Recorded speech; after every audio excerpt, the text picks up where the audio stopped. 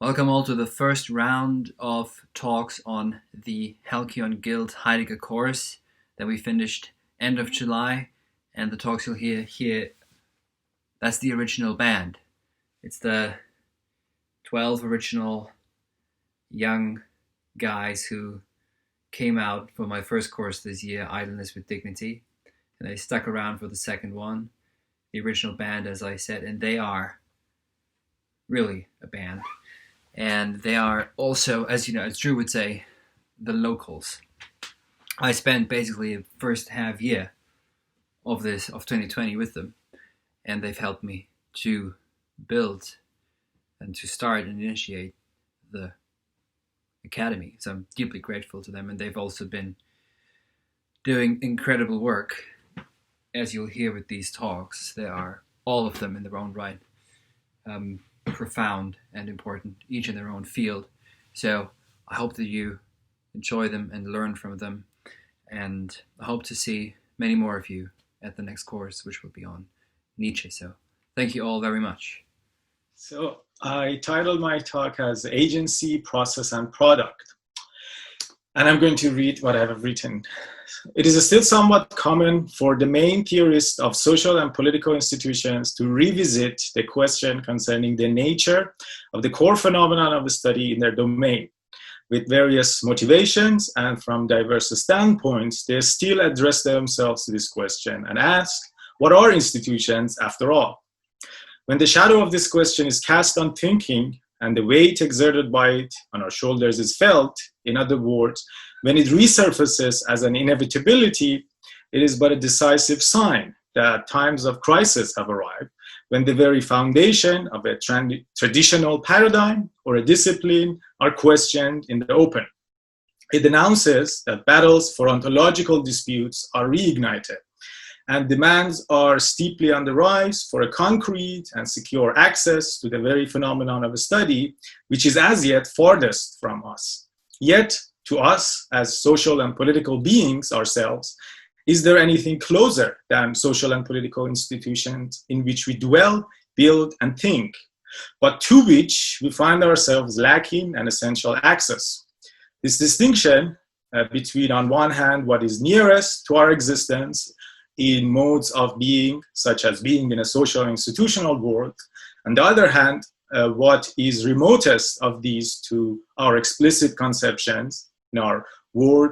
In other words, a distinction that allows us to search and arrive at an authentic sense of our own being, to be authentic, is the decisive guideline along the way of thinking. The difficulties involved in an intelligible penetration into philosophical thought lies on this Heideggerian distinction. The difficulty of understanding this so-called ontological distinction is precisely the difficulty that philosophy is constantly and at every step of the way is coping with in its pathway. As one cannot see the forest for the trees, Heidegger says, ordinary understanding, quote, ordinary understanding cannot see the world for beings, end quote.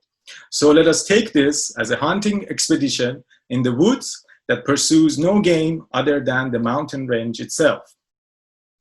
In the works of Yale's School of Neo-Institutional Theory and also dialectic institutional theory of Wolfgang Strick and Kathleen Thelen, one finds enduring definitions of institutions taken up and reworked. But the question is, to what extent this is done with regard to the question concerning the nature of phenomena. In their works, institutions are described as building blocks of social reality, as foundations of cohesion in groups and associations, and ultimately institutions are described as the systematic organization of life. In other words, manifestation of a systematic order. Like other branches of science and humanities, there is also a juridical impulse deriving the inquiry. There comes a moment when one needs to finally ask, who has done it? Just as a jury cannot simply presume a close set of mediatory elements, such as psychological states of being, raged or resented, or doses of drug found in someone's bloodstream as the ultimate agent responsible for a wrongdoing, and therefore it is always on a search for still another original agency, for a force emanating from an individual or from the situation as a whole, to be regarded as the ultimate driver, cause of these acts.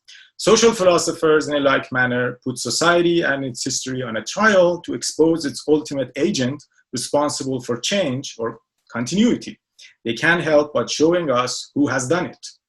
It is perhaps under this impulse that is also still somewhat common for various theorists to revisit an antithetical realization regarding the phenomenon of sociality. Sociality understood as the possibility of institutionalization of both formal and informal organization of life and relationships presents itself both as a process and a product. Society is first encountered in practices that are enactment of agency, in processes that are always an unfolding of our nature in its social aspect, what we can call sociality. Institutions, therefore, are thought of as the stream of agentic forces that come to clash and collude in specific settings. On the other hand, society is encountered in thinking as alien structures determining our activities. Our sociality becomes a product with a life of its own. Society and institutions, therefore, overcome our agency by predetermined molds and projections of the past that are ossified into networks and rules that work behind the back of our agency. We will further enter into and examine this antithetical gateway of process versus product, agency versus structure, with the aim of finding our path with it to its limits and possibilities for grasping the nature of institutions. What then is this processual or flux-like mode of being, and in what ways it is contradictory with a productual mode? Institutions, whether it be that of marriage, of education, trade, property relations, are always developing and unfolding in practice in the manner of a constant march, even at times as abrupt leaps, but always a flux onto what is new and towards the future. To say that state, justice, government, or any other form of social relation is an active unfolding of that institution, we have already committed ourselves to a radical contradiction. Logically, this is tantamount to saying that there is a being that is a becoming. And this will be more clear in what comes next. We will see this through a dissection of the concept, while remaining mindful of the whole statement, quote, society is the unfolding of sociality, end quote. Alternatively, then it can be said that human being is the unfolding of humanity. And finally, a being is the becoming of beingness. We need to keep in mind also various parts of the whole conception, such as subject, predicate, and their relationship to their inner working, and most critically, the unaccidental and necessary aspects belonging to them. In other words, the logic is what we are looking for. Although I will not address it here, but it is worth asking, can it be otherwise? Can a scientific metaphysics, can a philosophy that defines itself as a complete opposite of having worldviews, making opinions, arbitrary notions, a philosophy that is not just willing things into being, can it deal with anything but necessities of logic, logical necessities? Is metaphysics then logic? In the statement, quote, society is the unfolding of sociality as a whole, lies the conception, the very being of what we are searching for. But how are we to understand and ascertain the whole of concept? Conception as a whole is like the harmony of an orchestra, which does not reside with members in a manner of being an extensive property, present piece by piece, with and through the parts of an ensemble. Regarding harmony to be some extensive aggregate of parts, putting it on a cutting board and chopping it into several shares, 1/6 to the string players, a 1/4 to the woodwinds, and so on, is done only after harmony as a self-subsisting whole is sacrificed at the altar of extension and quantification, a distasteful spectacle of being butchered numerically. The harmony, therefore, we can say in itself and as a whole, arises through a certain activation, perhaps systematic enlivening of the parts of an ensemble. It is an ever elusive sense, a gathering center that directs and attunes the parts in the concert. In a like manner, the conception of the being of beings, their essence, is like harmony. The parts belonging to such a whole, the subject and the predicate of the concept, to subsist at all in being a part in the whole, can play no role but the fulfillment of the essence of the whole. This is what we mean by simple and negative expression, namely that a non-conceptual part does not belong to a conceptual whole. After getting some sense of what we may hope to get at in a concept, then let us go back to our question. In the statement, quote, society is unfolding of sociality, end quote, as a whole lies the conception, the very being of what we are searching for. To grasp the nature and relationship between the elements of our concept, we will now discuss this conception as a systematic whole, a system that is not halted and dead, but one that is in operation, in motion, and therefore fulfilling its own developmental possibilities. Only a developmental logic can belong to a developmental reality, such as human phenomena of institutional life and human society. The basic elements of the concept are subject and predicate. A is B, we always say. But if this is a true movement and development and not a word picture, whence comes the energy for this developmental move? The energy of this movement relies on the radical differentiation of first the subject, as pure negativity, with the positive content, substantiality springing from the predicate. Predicate provides positive content so that the being of subject, which is always a non-positivity, is led to accomplishment, but in a positive and substantive manner, or rather in a contradictory manner. That subject and predicate come to relation in a conceptual statement at all means that subject has to first assume the character of negativity. Without it, there is no A is B. This differentiation of subject and predicate is not just the condition of possibility, but is what lies as a necessity for the relationship. Their difference is the pathway through which they can link together as members of a conceptual whole. In other words, negation is not an alien shadow cast on them. It is what they already contain in themselves as themselves in their native world of concept. Negation in the highest sense is a self-negation. Hence, their difference is not decided in their boundary and regarding them as two contiguous settlements simply separated at their border and finding fixity, peace, and respite in their bounds. It's not atomistic. This differentiation of subject and predicate is a radical and necessary one. It's a contradistinction that decides their quality and with it the ground of their self-subsistence. But also it decides why they can dawn and arise, have their course, partake in the fulfillment of the whole concept. This is what we intend by the term negation following Hegel. The subject, here society, which we seek to grasp and define, to be an original agent, a self-deriving and self-subsisting agency that is ultimately responsible for its own development, can attain this through its opposite at first. So, subjectivity of the subject as its agentic capacity within a non-frozen developmental whole gives rise to its own radical negation, which is a positively substantial content, the predicate. Subject attains its processual and flux-like character only when it faces and embraces the necessity of self-positing. But since it is a pure unfolding of human agency and therefore not anything that is a product but a process, in other words, since positivity is alien to subject, its self-positing can be only a self-othering. Self-positing of subject is a self-othering, therefore a self-negation. What the subject demands from the predicate to provide for it, namely its content, is what itself already supplies as an inner necessity, but only in a radically self-oppositional manner. Only this radical other can bring the possibility of endurance, self-subsistence, which in the case of subject is self-subjectification. Only in something that is a product, only in society as a given product of history and alien to the processual nature of agency, that agency can become the final driver of history.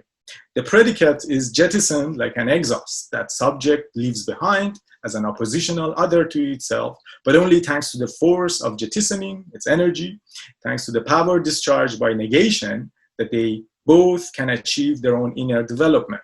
Breaking out of their immanent immobility comes with the hefty price of alienation.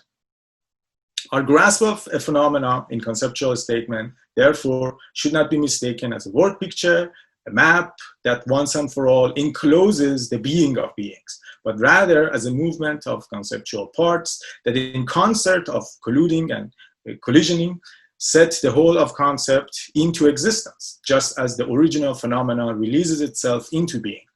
Conceptual understanding is like the birth of harmony from the spirit of a struggle, the birth of music from the spirit of tragedy. What we may risk in regarding metaphysics as a manifestation of logic is that, regardless of possibilities it begets for arriving at very peak of absolute knowledge, the zenith of self-comprehension and happiness of spirit, it necessitates, but by necessities of reason, once discovered in history of philosophy, do not bring them immunity from calcification, a one-sidedness of one's two-sided sublimation. In an alienated discursive form, that now only stands out of time and ultimately may stand out of the very native domain of the phenomena itself. Dialectic, therefore, is not a guarantor of absolute spirit. It is rather its odyssey of uprising, and in a specific time and place with which we have to wrestle now accordingly. To finish this brief piece, I want to revisit the juristic impulse that also helped us to arrive to this place.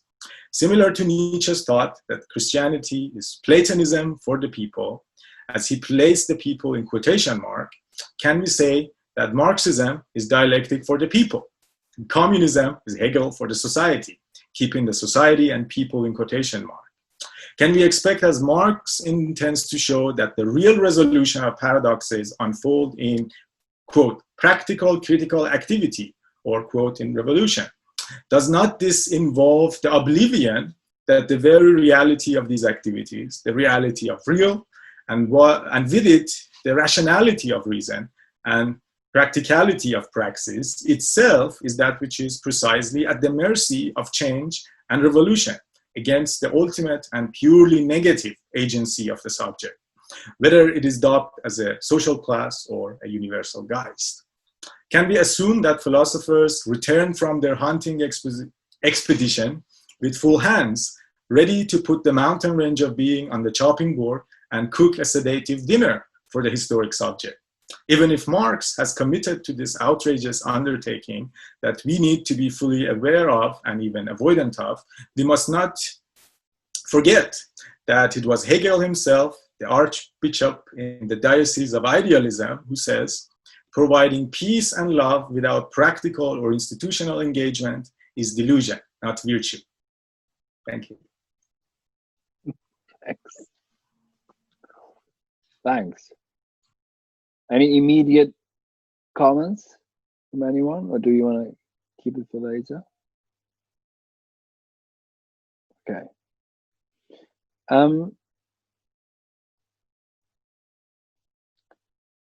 Baris, why don't you go first next? Sure. Good to see everybody again. My essay is titled, How Did Ivan Ilich Learn to Die? In his novella, Death of Ivan Ilich, Tolstoy tells the dark story of Ivan Ilich, a judge living in a middle-class life with all the comforts in an anonymous city in Russia. He became ill and he is looked after by multiple doctors, but none of them seems to be able to put a diagnosis on his mysterious illness. And gradually, Ivan understood it to be a terminal illness. Not being ready for death yet, in a short amount of time, the novella tells the story of Ivan, whose perspective of his existence is transformed.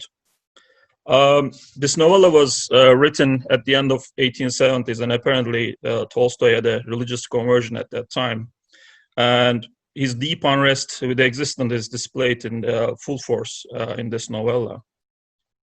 Another interesting fact about this novella is that Heidegger mentioned this as the only fiction of work in being and time.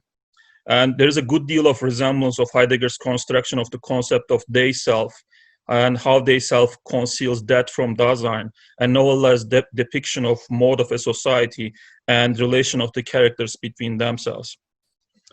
Novella starts with the news of Ivan Ilich's death.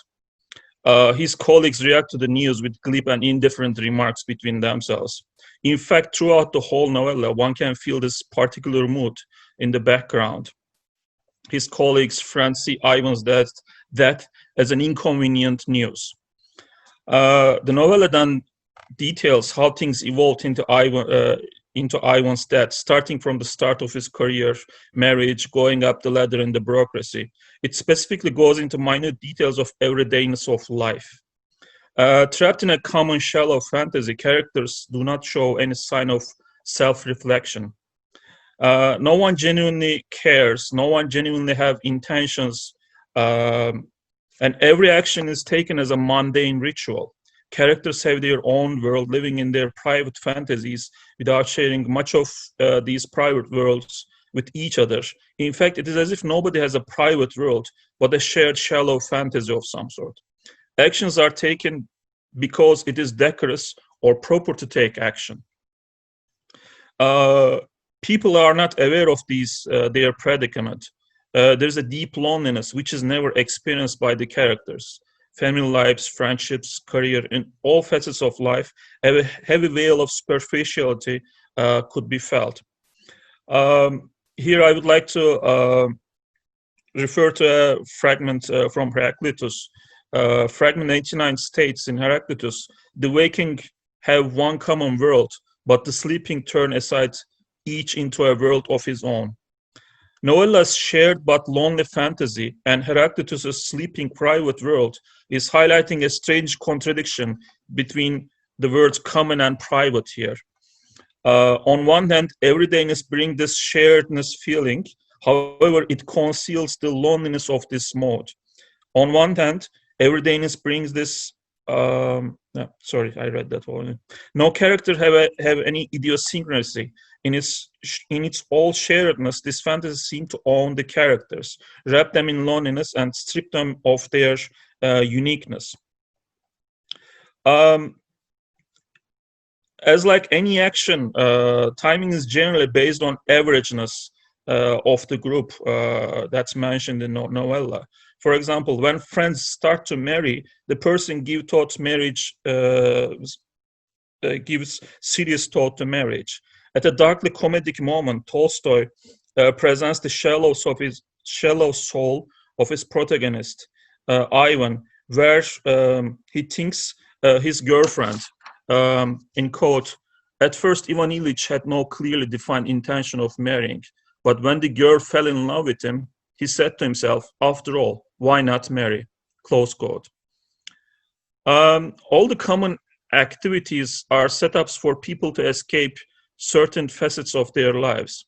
And Ivan Ilich, for example, goes to card games when he doesn't want to be with his family, when his wife puts emotional demands on him. He doesn't make any effort to understand his wife, her needs or wants, nor he seems to genuinely care for his wife. On the top of this disconnectedness, there's also a cycle of motion set in people's lives in the novella. There's this constant demand for progress. Characters want bigger houses, better pay, higher position, newer furniture. And the cycle of these ones creates a cycle of escape for characters as well. On one occasion, Ivan goes to a holiday for the whole summer with family to a friend's cottage because he's looking for practical ways to reduce his expenses. And in the absence of his official duties, he feels an ennui. And not being able to deal with boredom, he leaves his family vacationing and returns to the city and to make immediate and energetic measure. He's constantly on the move, but there is no apparent reason for his moves. After his illness, in one moment, Ivan starts self-reflecting. In a striking line in the novella, lying in his bed, alone, voices his despair. Quote, he wept at his own helplessness, at his terrible loneliness, at the cruelty of man, the cruelty of God, at the absence of God. Close quote. last parts of the novella depicts Ivan resigning to his fate and trying to comfort himself in the absence of outside factors.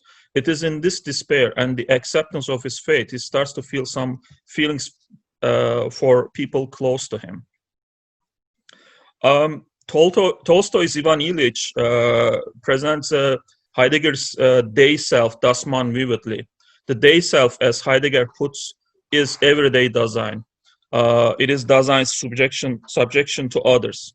Heidegger disparaging Dasein in everydayness states, Dasein itself is not. Its being is taken away by the others. Dasein's everyday possibilities of being are for the others to dispose of as they please. Close quote. Well, as Johannes argues in his in the Heidegger lectures on death, Dasein in everydayness does as they do and speaks as they speak. Yet this day is an existential of Dasein itself. It is Dasein.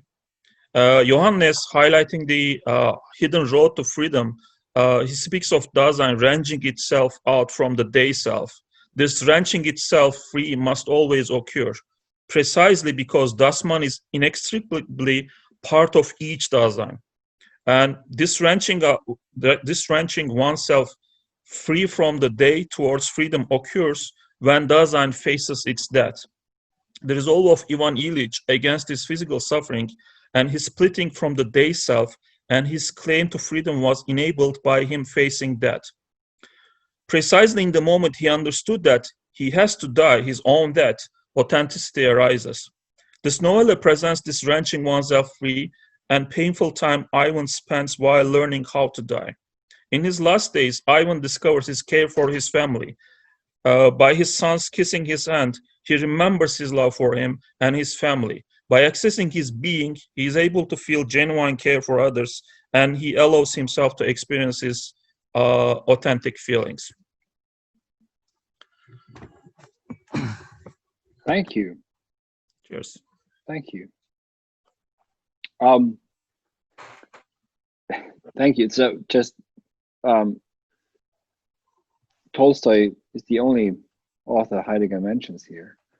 And listening to this, I think it becomes clear that much of what Heidegger calls the they self is really predicated on this novel by Tolstoy. So thank you for bringing this to our attention. It certainly wasn't in my, I was not aware of it, to be honest. I never read the footnotes. That's not true. The entire book is based on one footnote. I'll say it again. My piece, the madness of the past 8 years of my life, was that Heidegger wrote in a footnote, was that he wrote, death is the mountain range of being. So I wanted to solve that problem. Joshua, you are next. Where's Joshua? Excellent. Thank you very much. Appreciate it. So my presentation, I'm going to be talking about the corporation. And so this is entitled Gestell is Corporate Ontology. And I'm looking to consider Heidegger's analysis of technology, particularly the notion of Gestell as a pathway for exploring the status of like the contemporary multinational corporation at a more primordial level. And so obviously, like, you know, bringing most philosophers into dialogue with the corporation, this is a somewhat, can be an unusual activity. And, you know, it's possible some of that skepticism could extend to Heidegger in particular, as he didn't have experience of the, you know, in or about the corporate world. Yet the question concerning technology seems to almost urgently suggest the contemporary corporation. And so I found a text by a thinker called Dominique Heil. His text was entitled Ontological Fundamentals for Ethical Management, with a somewhat unusual subtitle, Heidegger in the Corporate World. But this, I found this to be an excellent text, and the author offers at least 4 reasons why Heidegger, you know, his thought is a good basis for considering the present-day corporate scene. And so obviously, Heidegger's the philosopher who posed the question of being as well as the nature of entities. Second, the unprecedented rigor of his analysis of technology. He sought to overcome the Cartesianism that could basically be seen as like the quintessential form of corporate thinking. And then finally, it's a philosophy that's open to and encourages questioning. Heidegger calls questioning the piety of thought. And so, as to the status of the corporation as entity, Heil, he points out that we're relying on a metaphor here as the Latin root corpus, it means body. And, I just want to point out, like in the aftermath of the last financial crisis, we did not see, a body, really anybody, come forward in order to take responsibility. And this is something that basically raises the question of corporate ontology even more urgently.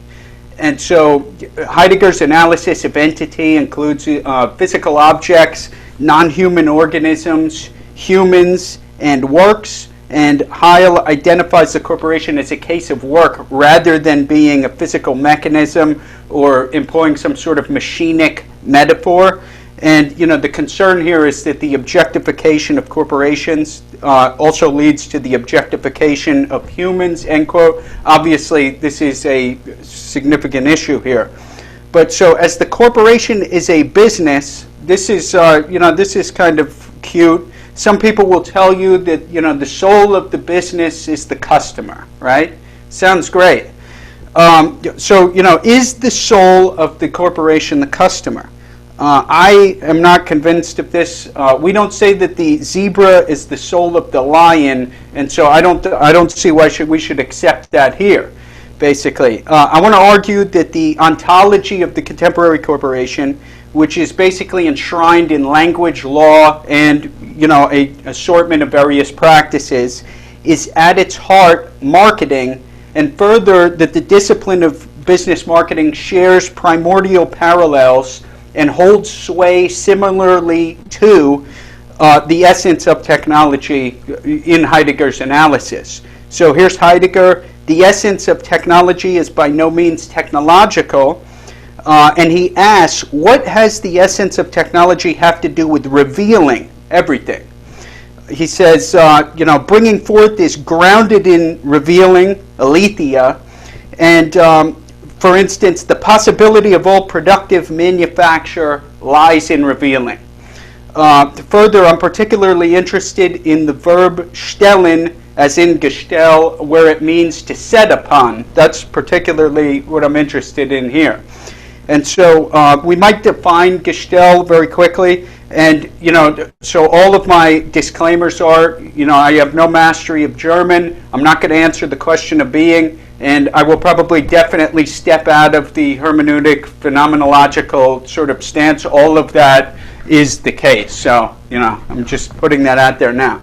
So a fast definition of Gestell might be the enframing of the earth and everything in it, a challenging that reveals it as standing reserve, waiting for exploitation. I think the fastest way that Heidegger puts it is the way in which the real is revealed as standing reserve. And so, I am working with about 3 different translations. So Heil, he's using a translation of Gestell as embankment.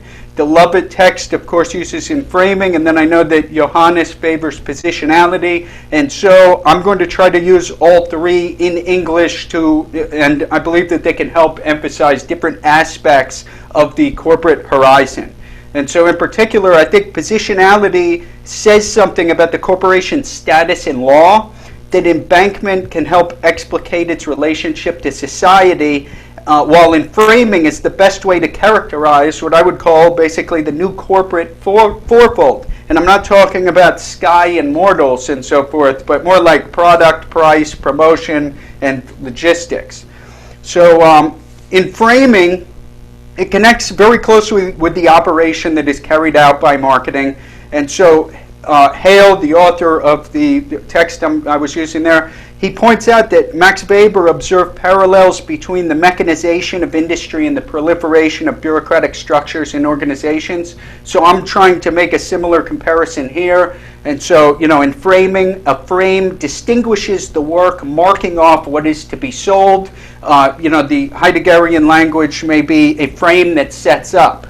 And so similarly, marketers delineate the product and seek to deliver it at a profit, assisted by rhetorical presentation. And then, of course, they create value by stimulating artificial demand through advertising, personal selling, social media marketing, spectacle, and so forth.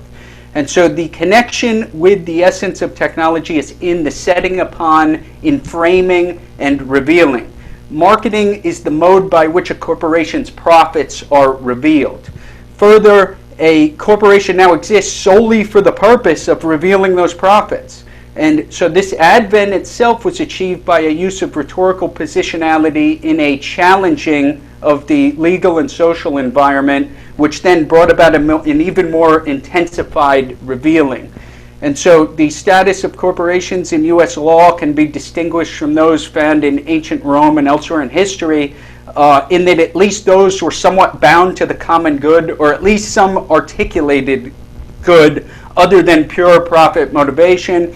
And since then, we've had the Industrial Revolution, the Great Transformation, and so forth, and we've become increasingly dedicated to producing. This is John Gray. He puts it like this: deregulated markets that operated independently from social need.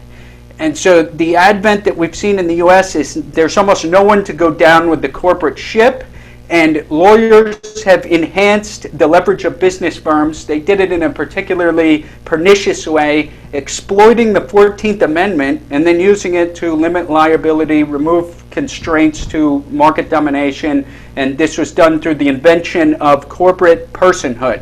So now the corporation shares in part some of the rights of the citizen, and somewhat humorously, but also at the same time not very humorously, there's a 2003 documentary called The Corporation, where they used the DSM to conduct a psychological battery on the so-called corporate person, and the resulting diagnosis substantially suggested psychopathy, which I think that makes good sense.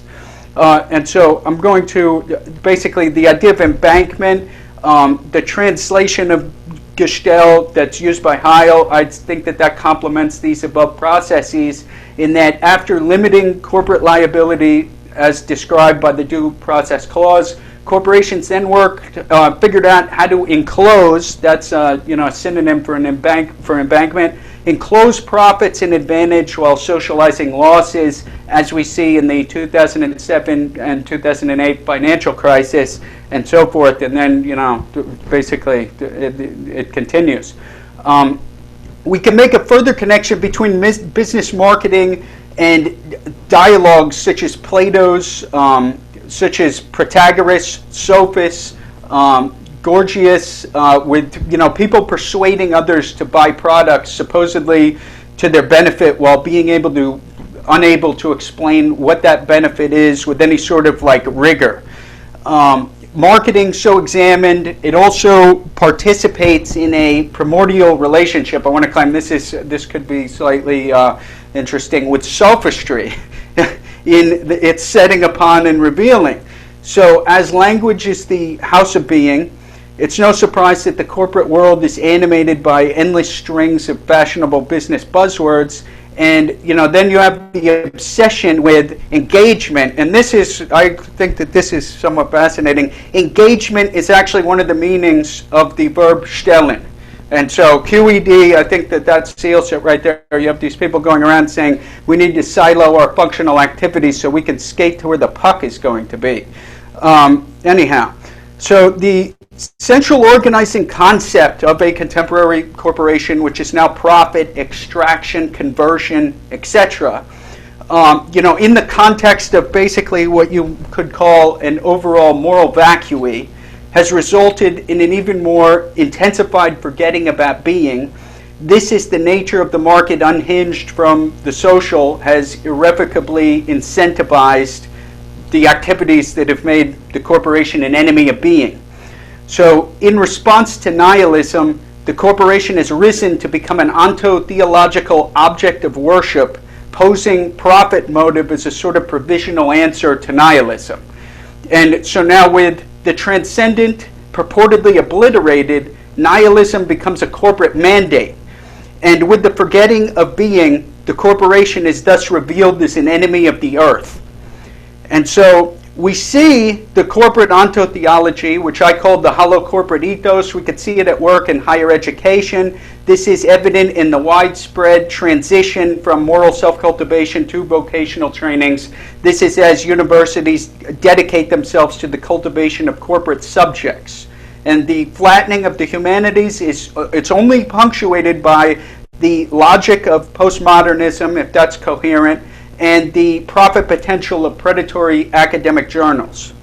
So, as the etymology of the word ethos, character, or it also can indicate where one happens to dwell, once we cancel common factors, we arrive at a void, the corporate core, which can be seen as consistent with the negativity associated with death. The corporation is a place where being is forgotten, a consequence of mortals forgetting to ask the question of being. And corporations are now revealing a world where we may not be able to be open to being or even be in the world at all if we continue on this path. So there's a proverb, there is a way which seems right to a man, but its end is the way of death. I'm basically convinced that the corporation could be the death of us all. But of course, whenever we talk about the question concerning technology, there's the line from Holderlin, but where the danger is, grows the saving power also. And that's the end of my presentation. Thank you very much. Thank you to Johannes and everybody else. I found this whole battery to be very enjoyable, and I look forward to the next one. Cheers. Joshua, thank you. Yeah, Lou, go on. Yeah. If you don't want to see the Johannes, I want to challenge Joshua. I, for one, welcome our new corporate overlords. No, I'm just kidding. Comments and questions. First comment is I have a close friend who's he works in the corporate world, and he was just telling me that he went on a huge rant on the marketing department because they asked him, he was creating this whole big project, and it was like a whole book. And they're like, can you please just give us a one sheet on it? Just a one sheet. He gave them one sheet. They're like, this is too dense. Can you just give us like a one paragraph summary, And it's like just this constant move of, constricting everything down to just, emojis eventually. The other thing I want to say is I really like that word embankment. I had never heard of that translation of Gestell, so that's really cool. I think that's a powerful translation. Then my question, this might be a little orthogonal to some of the things you're saying, but maybe not. I've been looking at this book recently, The King's Two Bodies by Ernst Cantor. It's a study in. And it's sort of talking about the origin of where we started thinking about organizations in terms of corpus, the human body. And, corporation obviously takes its name from that. And I don't really have anything super interesting to say about it yet, but I think it's very interesting. There was recently an interview with Jeff Bezos, I think, or somebody close to Amazon. He was saying it's a right-wing talking point that small businesses are important. That was basically what he was saying, like small businesses are not essential to the economy. We can just have huge corporations. And I was thinking, like, what remains of civil society, which guilds, associations, clubs, things like that, what remains, except, small businesses? And what kind of, world will it be when really even more powerful than governments, we just have these, huge human body corpora, these huge corporations, just, they are really the only center of organization. So yeah, just the idea of this metaphor that goes back, very far, that is really at the heart of corporation as a term. I don't know if you have any thoughts about what I said.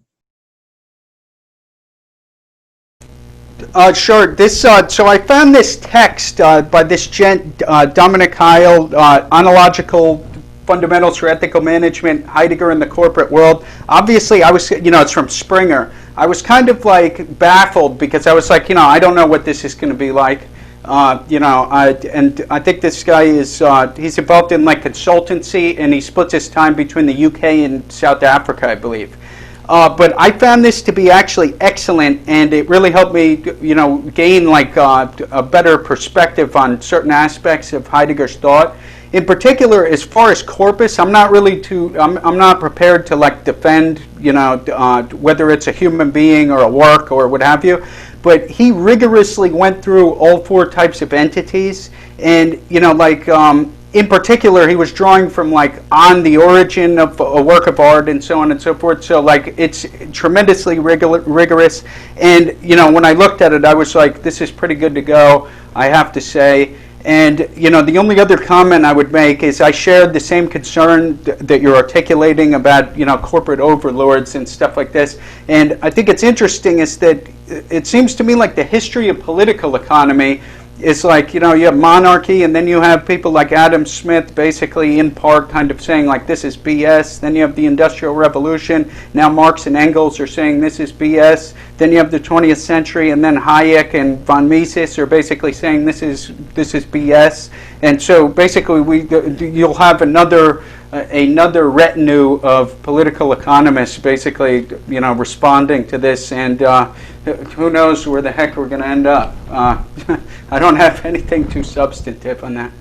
No, I think you had in the talk, sorry, just to briefly point this out, and maybe also that you can follow up with this and when you further that research, which is you mentioned that Heidegger says language is the house of being, and that what's used here, of course, is language as a means of communication, and it's a corruption of words, right? Of what words mean. And when you take Heidegger seriously here, it's that what we dwell in is no longer even in any sense a dwelling ground fit for the human being, but it's purely deceptive. And you also mentioned that there's something of the oblivion of being. You mentioned the ontotheology of the corporations. I think this is something that you could definitely develop. You should, and I think you will develop further. So I think you have all the substantive ideas that you need to pursue, and especially on a level that it's not been, I think, researched on, especially when it comes to death and language, what language is for us. Because usually it's about, it's about power, and corporations are evil because they exploit the poor, etc., etc. Well, yes, there's exploitation, but there's also something else going on, which is even more fundamental, perhaps, than just exploiting those who are on a lower living wage than we are in the so-called West. So thank you for that. Is there, who wants to go next? Who wants to? Whose topic is in line with this, or Camillo? Why don't you go next? After the corporation, we'll talk about death in medicine. So mine's very short, as usual. Been working on a few projects, so this was a shorter one. My topic is palliation. So just so there's some background. Your topic is what? Palliation. Which means what? So yeah, I'll get into that. But basically, when a patient is dying, instead of shoving them into a corner, there are protocols to address, people sent to care homes and things like that. But what I'll be discussing is the decision-making around palliation and what that means for death, and what it means for medicine as a whole. So it's basically taking care of the dying patient. So the title of the talk is Palliation unto Death. Palliation in the world of medicine is, in practical terms, the process and medical aspects which enclose the treatments of a dying patient. However, in medicine, the notion of death is somewhat ignored or mythologized and mostly left to its own ambiguous place in the world of health and disease. It's not to say that death is ignored completely. which is impossible. But death itself is not investigated on its own terms and has always been seen in terms of some other existing abstract process, i.e. in terms of error, predictable outcomes, pathology, and safety in their technical senses. So death is always seen as a result of something and never on something that stands on its own. In this paper, I would like to introduce the need for a robust theology, including death, which has death itself and unto its own. So palliation forms a greater part of a system of palliative care, which is multiple organized parties, so nurses, doctors, lawyers, who ensure the patient who is dying is spared the greatest amount of suffering possible. I don't have any real interest in discussing the technical decision-making process in particular, but particularly around brain death and the gray area of cases. But I would like to discuss some general views on what's entailed in general. Palliation, most interestingly, begins at the point where the acting clinician decides that the disease has had such an irreversible and profound impact on a patient's life that further intervention may be futile. This is not a complete definition. For the full definition, it's available on the WHO website if anyone's interested. But the WHO, World Health Organization, regards palliation as the encompassing care of family and patient facing a life-threatening illness, and brings a host of open-ended and suitably vague determinants of what palliative care aims to achieve. It does not address, however, the nature of the phenomenon itself. Primarily, the nature of where palliation begins is a crucial philosophical task, and the very ambiguity of its beginning has profound consequences for the nature of medicine in general.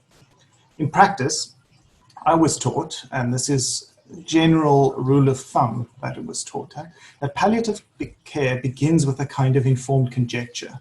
The moment begins when you're assessing a sick patient, one should imagine them dying, and if you're not surprised at the idea of their death, the process of palliation must start. What occurs here is not what some contemporary analysts would declare, that the disease is in its final stages, but rather that when death arises in the faces of irreversible pathology. The question is, what could that mean for our suppositions of health? The profound nature of the question depends on the very fact that without medicine, there would only be life, dying, and death. It is medicine that brought into the world the notion of health, disease, and the abstract concept of recovery. It is at this point that the thought enters that I would not be surprised if this patient were to die in the next few years, that palliation really does have its foundation. On an empirical level, the reality is that almost every person who really needs to be in hospital, barring minor procedures, appendectomies, would actually fit this criteria. It is perhaps from my own experience, but in general, the occupants of the hospital I was working at were almost overwhelmingly suffering with severe significant diseases, which had reached a point that is not compatible with life as an outpatient. For example, coming into a clinic, seeing a doctor, walking in and still sustaining a sort of manageable life. As I said, where I worked, this criterion included almost every single patient. So on a deeper level, do we have something else going on? What are we letting ourselves into when we see a realm where death is at play? According to the WHO, palliation entails the prevention and relief of suffering by means of early identification and impeccable assessment and treatment of pain and other problems, physical, psychosocial, and spiritual, in the face of life-threatening illness. That's a quote from the WHO website. Here we can see implicit in this definition is action within that statement. And the action is to be taken is to alleviate suffering. I don't want to argue that this is in any way false or cruel or atomizing, but I do have two major concerns. Firstly, if action implied, where is the room for thought? We have a complete upheaval at this point of palliation in the medical process, where we actually neglect cure for care, but address care with the same technical and practical approach. The WHO specifically requests doctors in this caring process to address a dying adult or child as spirit. But what is spirit? To ask doctors to see man, and just so you sensitive viewers don't be upset, this is man in the general sense. To ask doctors to see man as spirit in terms of today's techno-modernized framework means one of three sort of realms of possibilities. The first one is to see spirit as some abstract ghost which hides behind the flesh as some veil that offers up some contingency and unpredictability. The second view is a classical sort of timeless, that the soul never truly dies but transcends the body and goes to heaven or goes to hell, depending on who it is. And the third one, which is ever more increasing, is that to see man as spirit is nonsense. It just simply does not fit within Gestalt and can be ignored. All three of these responses are common, sometimes overlapping, and, this is my claim, related to the second problem with the treatise set forth by the WHO, which I'll elucidate now. The second problem is that once death is imminent in a patient, it's immediately considered a threat to life. Eo ipso, it is a life-threatening disease. It is a crucial point in medicine's understanding in death and palliation. If we turn to philosophy, we find something completely at odds with this view. What Heidegger brings to the fore is that death, quote, in death, quote, the full essence of existence comes into its own. The affirmation of radical finitude, that is the undisclosing reliefment into being and Gesichte. This is not a bitter resignation that in death there is nothing to be done or nothing that can be done. No, this releasement is not of one's relationship to the world as an ever inward moving logic. Releasement is to be the concrete realization that Seinsgeschichte may now take its course. This does not oppose the view of the WHO, but it rather magnifies the task of the carer to not only safeguard life until demise, but to look onto death, its despair, its pain, its untimeliness, and still affirm living and life. So then we return to the question, what is palliation? Palliation is a turning where we find ourselves looking at a patient who is often unaware that death is present and has announced itself, and asks us to find what it is that matters to them. If we were to look again at a conflict that I announced earlier between care or to cure, we may find ourselves looking towards the roots of language.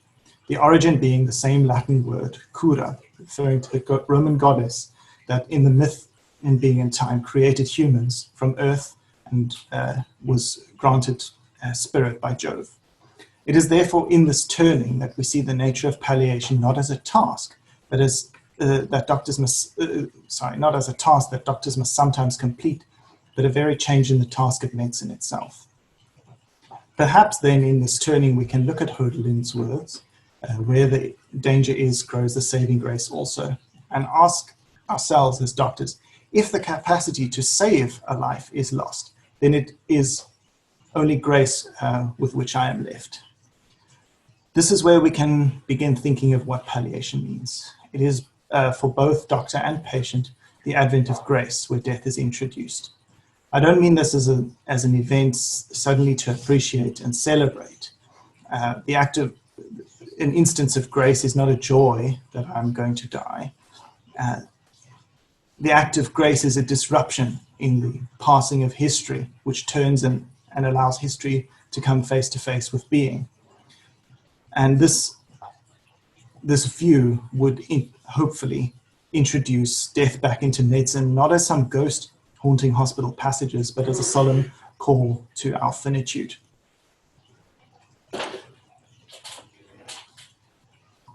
Thank you, Camilla. Thank you. Anyone who wants to comment? It's always very moving when Camilla speaks from the practical side, because these words actually really happening, right? The people actually die. James, I think you wanted to go next. Okay.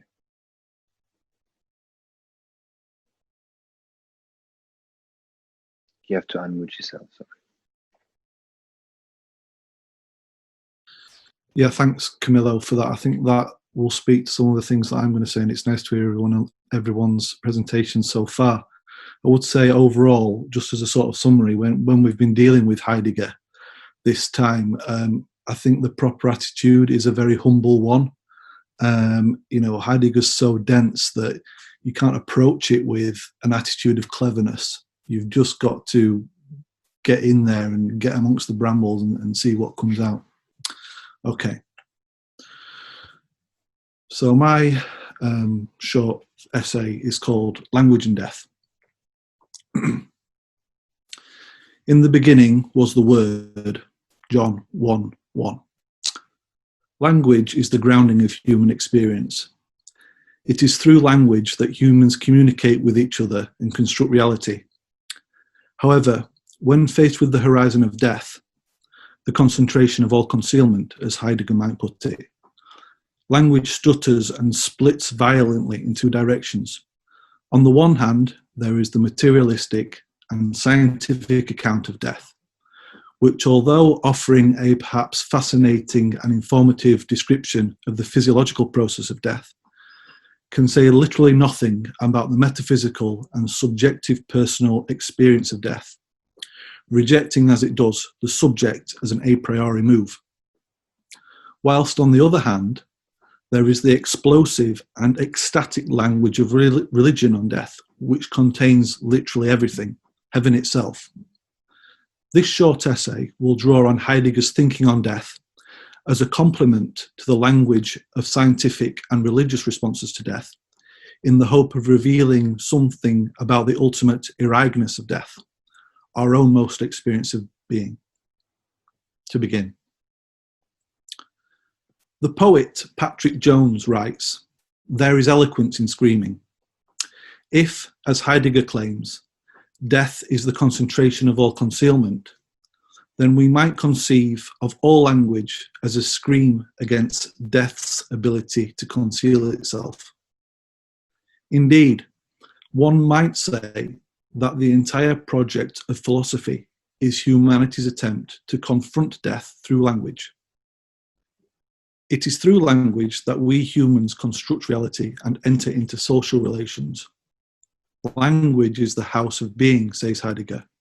Language provides the umwelt in which we live.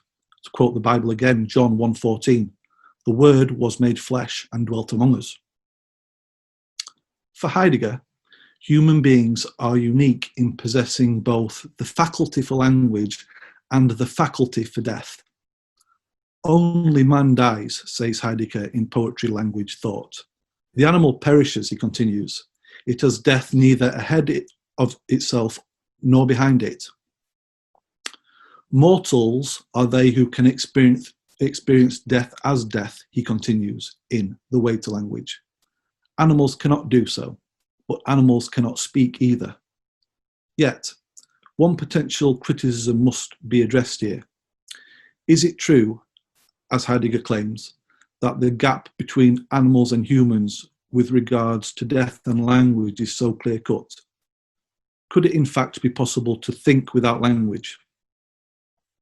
In Thinking in Pictures, the famous animal behaviorist Temple Grandin makes the case that her experience of autism gives her an insight into how animals think, which she believes is based on visual thinking, or in her own words, full-colour movies, complete with sound which run like a VCR tape. However, even if we accept that animals may be able to think in visual images and are therefore able to think about death to a greater degree than we may usually be willing to grant them, it would still seem reasonable to assume that verbal language at least makes thought easier. Certainly, Grandin states that abstract, symbolic thought is more typical of human communication in general, and this would seem to match with the kind of language Heidegger speaks of. Here, however, death presents a problem for language. Since we cannot experience it to report back, so to speak, even so-called near-death experiences do not suffice. since, as a matter of fact, the person recounting the experience did not truly die, or at least they did not remain dead. Indeed, they were brought back to life, resuscitated. So, language is bereft here. All that we are left with is speculation. Science and medicine can provide us with a description of the mechanics of death, what happens to the body and the brain in those last moments and afterwards. Yet science cannot say anything about the experience of death itself. What does it feel like to be dead? Why does it cause us such pain to lose loved ones?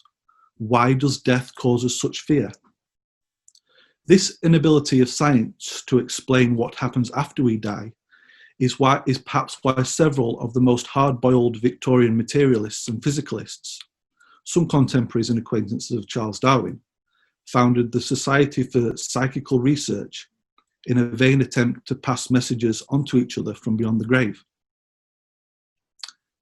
In contrast with the nothingness of death, the world's great religions have tried to present mankind with a promise of salvation rather than annihilation.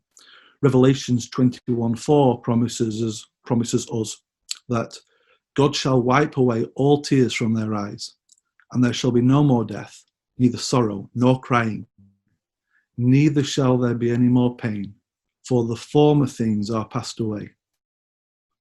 As beautiful as this language might be, and to say nothing about the question of the actual existence or not of God, to paraphrase Heidegger, such a God which could not indeed transcend the laws of creation it had itself created, would not be a deity worthy of singing and dancing to. Such statements of faith are epistemologically closed to many of us, the humans of late modernity. In contrast, Heidegger's language on death does not stand mute as science does, or transcend into the ethereal as religion does, but stands full square and forces us to look into the mirror at our own destiny.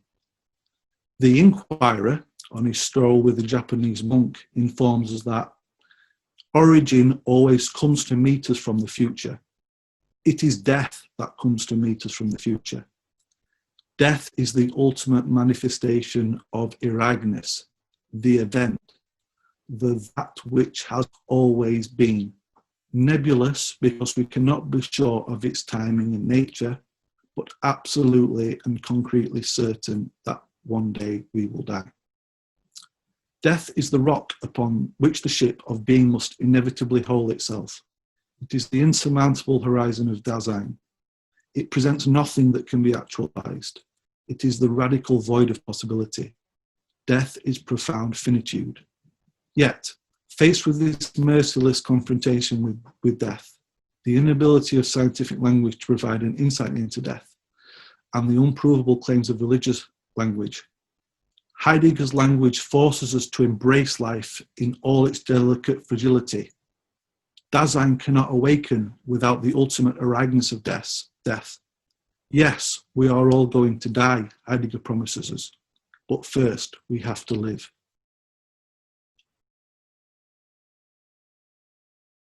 Thank you, James. Thank you. I wish you would have said this 3 years ago when I was finishing my thesis. Could have ripped everything off. Thank you. That was fantastic. Enache enho logos.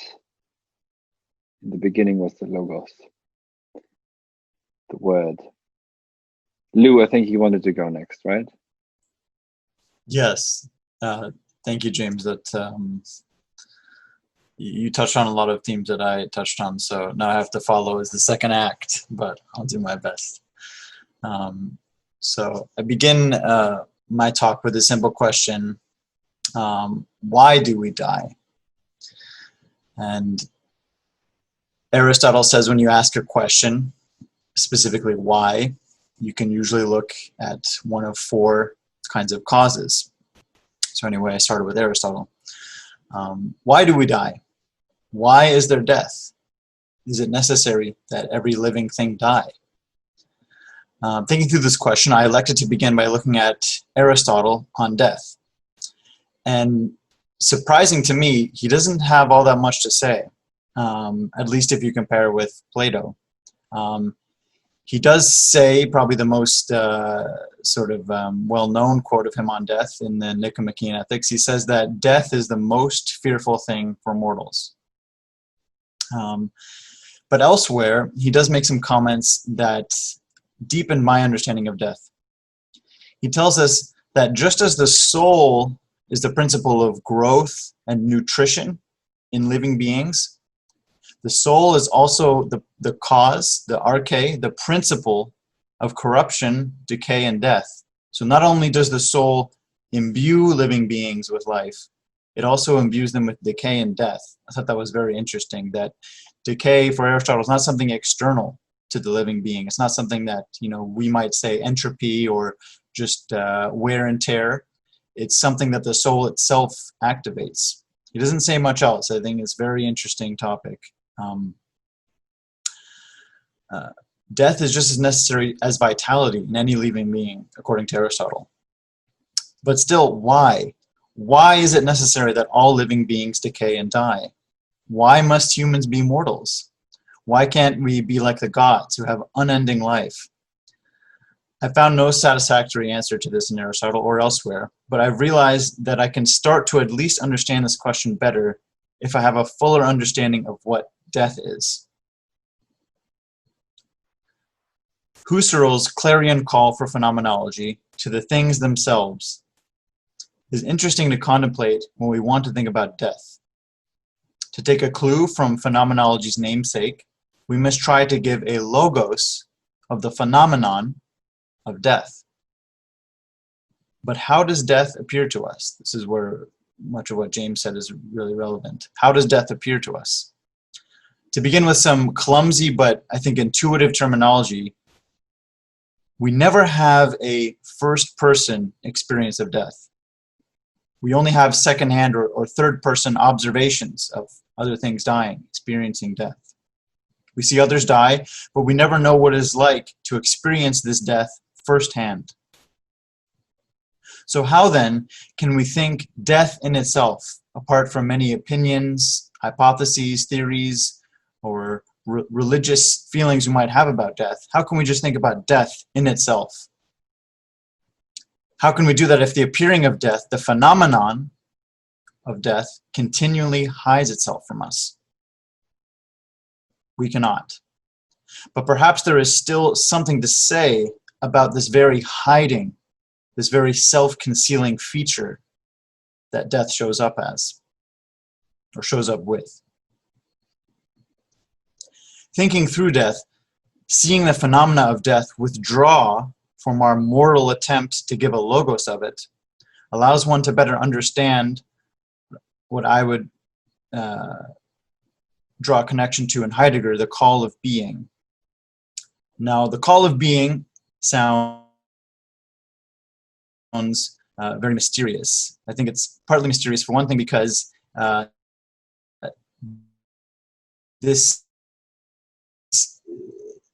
its nature appeals to our, when many of the other phenomena that Heidegger usually speaks of, unconcealment, Lichtung, lighting up, these appeal to our ability to see in some sense. The call of being appeals to our ability to hear. As we reflect on the ungraspability, the inability to have a real conceptual content of the phenomenon of death,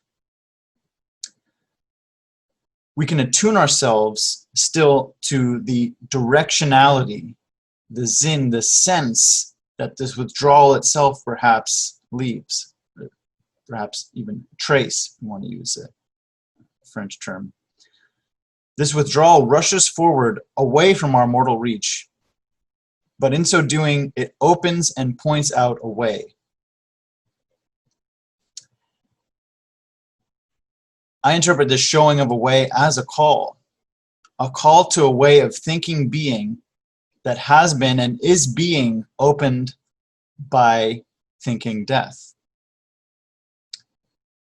But this call in itself is nothing substantial or final that gives my concept of death any kind of fixed content that we could now reason with or make inferences from. In fact, the call itself seems to be just as much a ringing of silence as it is the resounding of the river-like withdrawal of the phenomena. So answering insofar as I can here, the call of being offered by death with some logoi, with a logos, seems to offer no actionable possibilities. What would I change in my life? What difference does this thinking make to anything? Death indeed shows up as the possibility of no possibilities. It appears now that a logos of death would be a logos of nothing. A side note, I made the most incredible discovery that I'm very surprised I had never heard about before. At the end of the Transcendental Analytic in Kant's Critique of Pure Reason, he has a table of nothing. I don't know why this is not more talked about more. This is incredible. He has a deduction of the category of nothing. I don't know why I had never heard about this before. It is that just shows that I'm everybody says they've read the Critique of Pure Reason, but who has really read it cover to cover? So I had no idea that exists, and I found that because Kant, is thinking Kant is the one person that Kant is surely up to no nonsense, but here he is making a table of nothing. Anyway, I'm not saying he's up to nonsense, by the way. Logos essentially gives presence to phenomena. But could it also give presence to a non-phenomenon, like death, to something that does not appear to us? To again spiral this inquiry more tightly into itself, what do we learn about logos as that which makes present, and death, the unpresentable, when we try to give a logos of death? We can see that in trying to make this nothingness present before us, to grasp and manipulate it, this nothingness shows itself as always already withdrawing. To put it another way, our logos about nothing cannot remain in the nothing, like the beginning of Hegel's logic. It gives way to phenomena that arise in the wake of the withdrawal of death. These phenomena are brought into starker and starker relief the more I try and concentrate on the non-phenomena of death. Beings qua phenomena are embossed in death. I see more plainly how, as a mortal tries to answer the call of being with logos, which foregrounds beings within the background of death. I find as I pursue this line of thinking, I am less and less propelled by a desire to answer my original question, why do we die? I find myself more and more simply marveling at the sheer ungraspability of death. Another side note, I was speaking with one of my friends. He's a professor, and he's a professor of classics. And I said, what is death? Thanatos, mortis, for the Greeks and Romans. And he's like, we have no idea. We have no idea what it is.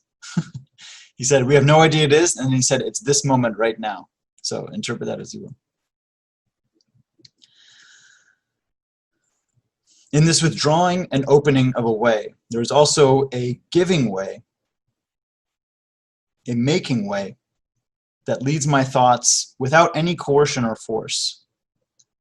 Finally, to foreshadow another project of mine, this unforced leading of thinking is essentially different from the will to accumulate, organize, store, and I would say, Joshua, bank all heaven and earth in the form of information, algorithmic processability. To offer a variation on one of my favorite lines from Heidegger's The Question Concerning Technology, thinking is led through logos in a manner that is extraordinary. Thank you to everybody for letting me participate. No, thank you, Lou. There's always lots in there. Just one thing on Kant.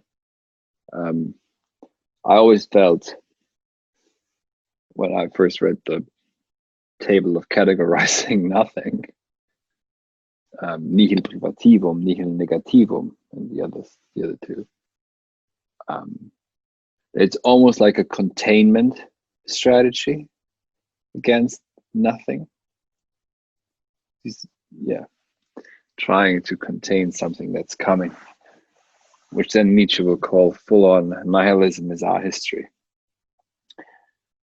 Who would like to go next? Quick comment there. Yeah. For Lou. Lou, you talked about the call of being offered by death. And I thought that was very opposite, because I was just thinking about, what is happening to my thought processes doing these courses, and not in an instrumental way, sort of not in an instrumental way, and not in a what do you call it? Not in a self-help way. But I feel like once you engage with Heidegger, you might as well assume that you are already dead. And this isn't a nihilistic response. This is a kind of a relaxation of life, that you feel this nothing, but I am going to enjoy my life in all different ways because I am alive right now. Yeah, that's very apt. I'll say something that might irk Johannes slightly, but Hubert Dreyfus, he has an interview on the BBC program with Brian McGee, where he would interview famous philosophers. And in that interview, Hubert Dreyfus, he tries to characterize what Heidegger means by authenticity, and he tries to set it between two extremes. You have sort of I might be getting this slightly wrong, but this is the gist of it. It's like the extreme of like authenticity is just like a dark, brooding, like very sort of the Sartrean existentialist kind of thing. And then the other extreme is like full-on romanticism of just like everything is beautiful all the time.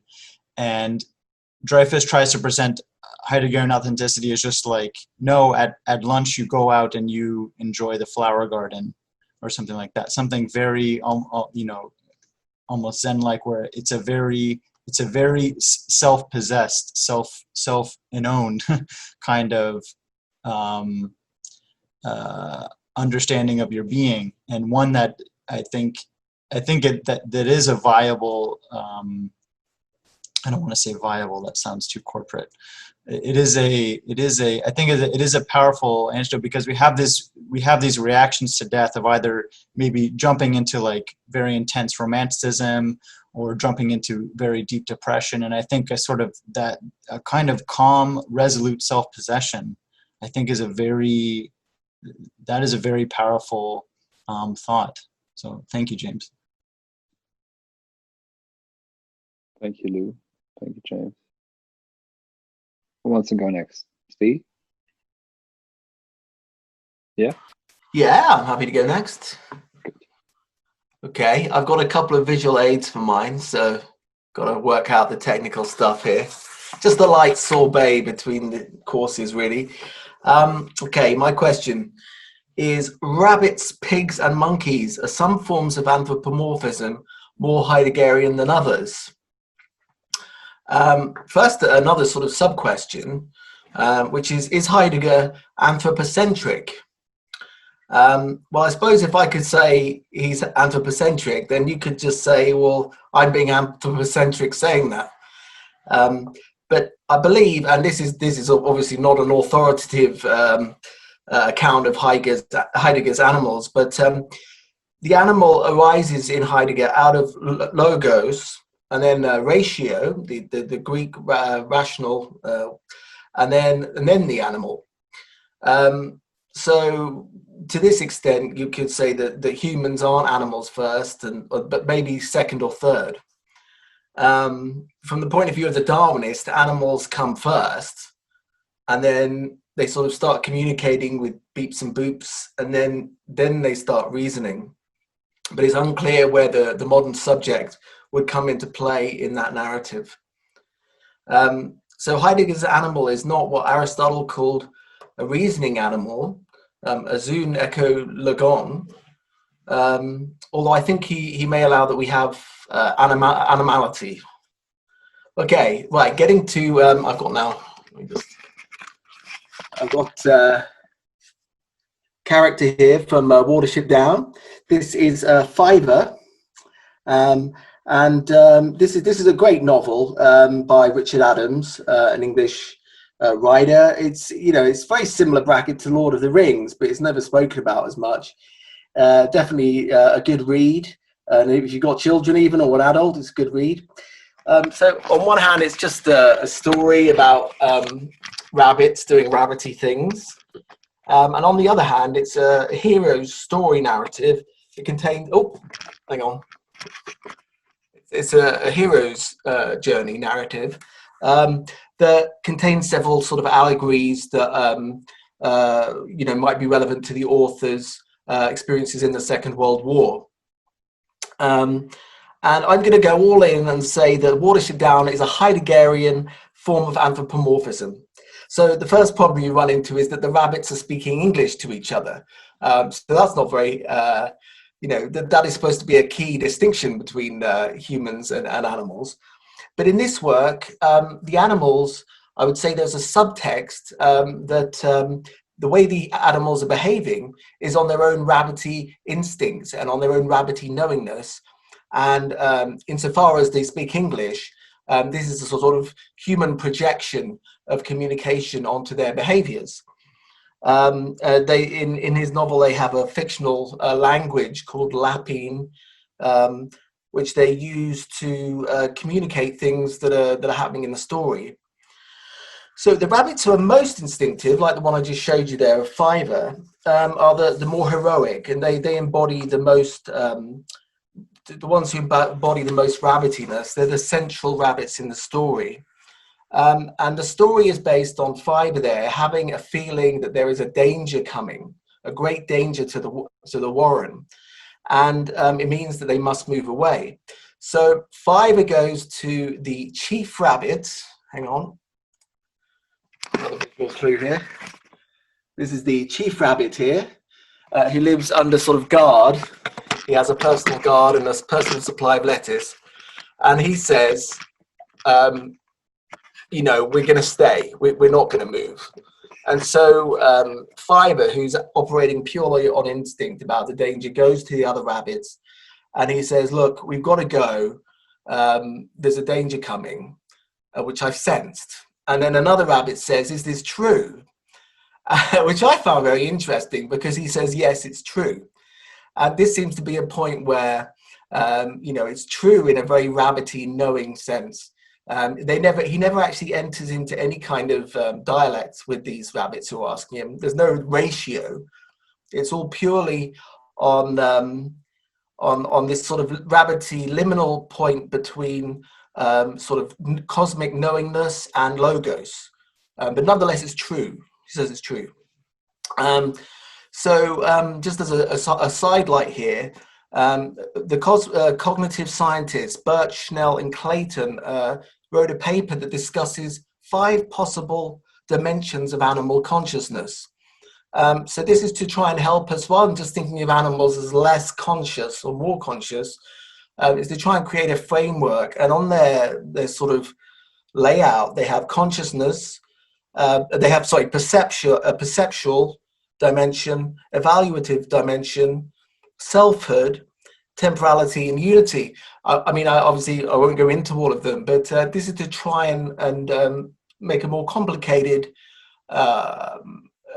gesture towards animals than just their less consciousness, or in Heidegger's word, that they're poor in world. This is a famous line of Heidegger, which has led some people to feel that he doesn't care about animal rights or something like this. But of course, he doesn't say that. He says they're poor in the world, that we mean when we say the world, but he doesn't say they don't have feelings or pain. And indeed, he includes livestock as the sort of standing reserve that Gestell and technology force animals into. And this is one that doesn't respect the seasonality or the dwelling place, which is also relevant to the rabbits. The subject of Wesen, I believe, is the correct word. Wesen in die Welt of the Dasein. Great, okay, so going well so far. Sentience. Oh yeah, I mean, personally, I quite like the word sentience because that's sort of awareness of the fact that one is aware. And For me, if I'm gonna get into like an animal rights debate, I would think of like a fish maybe as having slightly less sentience than a sheep. And Corey Anton puts it very nicely on one of his videos when he says about fish, the disclosure of their world is so who they are. Do they even know they're there? And in his book, Sources of Significance, he cites Kenneth Burke by saying the origin of language is no less mysterious than the origin of the universe itself. Both are simply the given. Okay, getting back to animals. Yeah, okay, gonna get back to animals now. Okay, rabbits might be poor in world, but it's not to say that they can't have their own form of richness. And there are stranger things in heaven and earth. Rupert Sheldrake has done work on prehension in dogs, knowing when their owners are coming home. And there are lots of stories about cats who know the moments before someone might die or their own death. There are maybe other ways to describe the richness that they do have. The rabbits in Watership Down, the ones who have I got another picture? Oh, I haven't got a picture of this. The ones who don't who move away from their instincts and become more users of tools and using reasoning are actually in the sort of totalitarian Warren, like the bad guy, General Woundwort. So I quite like the way that the antagonists are framed as being more human in the story. And also in this, the whole of the story is bracketed within death. So from page 1, the whole thing is about Fiver realizing that they're going to be destroyed by a housing demolition. I mean, he doesn't explicitly realize this, but he knows something's coming. And the way they personify death is in the Black Rabbit of Inlay, which is actually, I've got a picture here. Hang on. There's 5. Oh, hang on. Sorry about this, guys. That's Fiver there, standing in front of the woods. I just got a little passage here. Prince with 1,000 enemies, and whenever they catch you, they will kill you. But first, they must catch you. Digger, listener, runner, prince with a swift warning. Be cunning and full of tricks, and your people shall never be destroyed. So if I...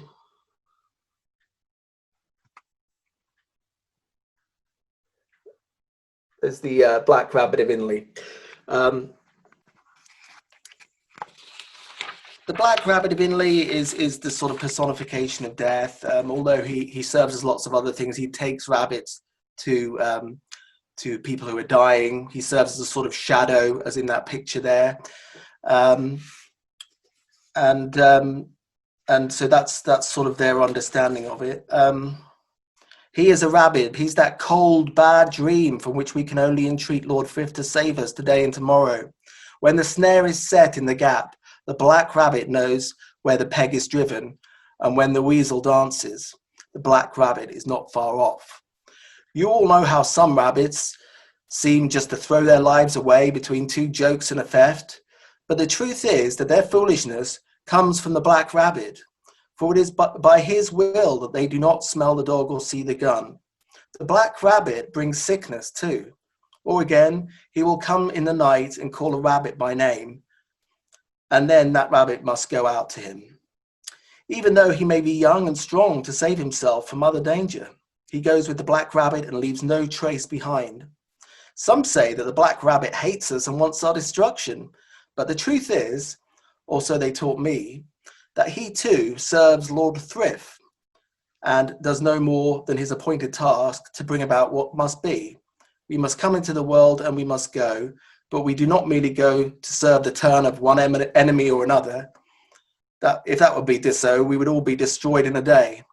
We go by the will of the Black Rabbit of Inlay. Okay, I'm probably running over a bit here. It's probably too much to try and squeeze in, but I'm just going to give you a non-Heideggerian example, if I can get my camera to stand up. Oh, man. A non-Heideggerian form of anthropomorphism now, moving off the rabbits. Just a real quick one. Just a quick one, this is. We got Peppa Pig. The theme of Peppa Pig is never explored in this story. But more than that, the hero's narrative is turned on its head. The children pigs are never allowed to encounter danger. The backdrop to the stories are safetyist regimes. As in the story, Peppa Pig goes swimming. Okay.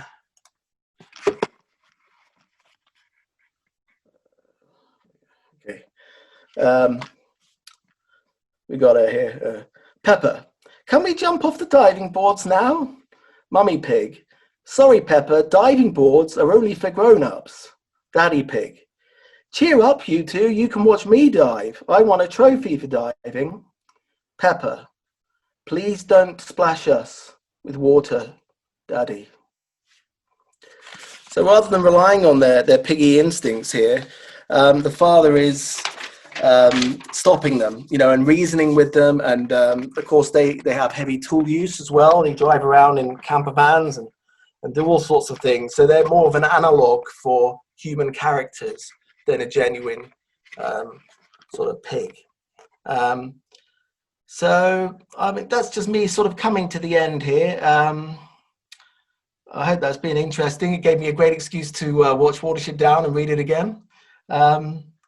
We want to free animals and Dasein from human technology and be a less standing reserve and more being in the world.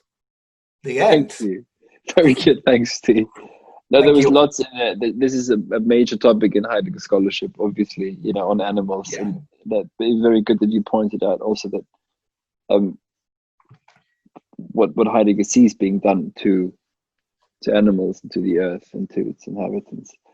So thank you for that, as always. And by the way, just to say the obvious, these essays, I think they're even better than the idleness essays, right? So if you want, then we'll publish them also, but we'll figure out a deadline for these here. I have a quick question for Steve. Yes. Is the black rabbit painting on your wall? Yes, I printed it out when I enrolled into the Heidegger course, because immediately I was thinking about I was thinking about it as a way to get into it and explore it. So it was always sort of in the back of my mind. And actually, guys, if I may, I forgot one picture at the end here. And that was, I would like to dedicate my talk to Rogue the cat, who sadly we lost. This is my family cat here. We sadly lost on Saturday last week. And we took her to the vet and had to have her put down. So that's Rogue there. Okay. Thank It's a great film. I don't know if is it very like Anglo-centric? Do you guys have it in your respective countries? I don't know. Is that a very English film? Watch it. I've not heard of it. No, there is a German, yeah, there's a German translation I saw. Yeah, there is. Yeah. Pitched us here in the colonies. Do you have it down there, Camillo? Yeah. It's like a when you stop becoming a child, you're given that book in a way. It's like a 12, 13-year-old book, and there's not many for those people. So yeah, we got it here. Yeah, it's a rites of passage thing. One thing I did want to ask you was, I noticed that you said that you fought the sort of the Dark Warren under Colonel Wormwood. You used the terms that they were more human in some way, like that. So do you see it like totalitarianism as inherent in humanity? Or I don't know. It was all getting it just seemed quite an interesting take. Yeah, no, it was all getting a bit complicated, but the essence there was that the rabbits there are sort of being less rabbity and sort of more anthropomorphized insofar as they're using human tools and human language and reasoning as well. I suppose more militant, I guess. Yeah. Yeah, and that allows them to be more militant. But sort of the point is that this does a great job of being a Heideggerian form of anthropomorphism, insofar as the rabbits aren't just analogues of humans acting out human discourse and dialectics and wants and needs. So Okay. yeah, it wasn't. There was Yeah, no intention there, if you see. No. I mean, it was a curious line of inquiry. I mean, like, yeah, it's a great film. There's a lot to it. There's lots to discuss there. Yeah. Absolutely. Yeah. It's really. I also wanted to make one quick comment, because I thought about the animal question in Heidegger a lot too. So if anybody's interested, I think the book that does it, that made me think about it the deepest, was Giorgio Agamben's book called The Open Man and Animal. And he goes really deep into Heidegger and the animal, and sort of like how to think about animals. So if that helps anybody. Thank you. Thanks. Who hasn't yet presented Usefulness? Daniel, Seth, and Rob?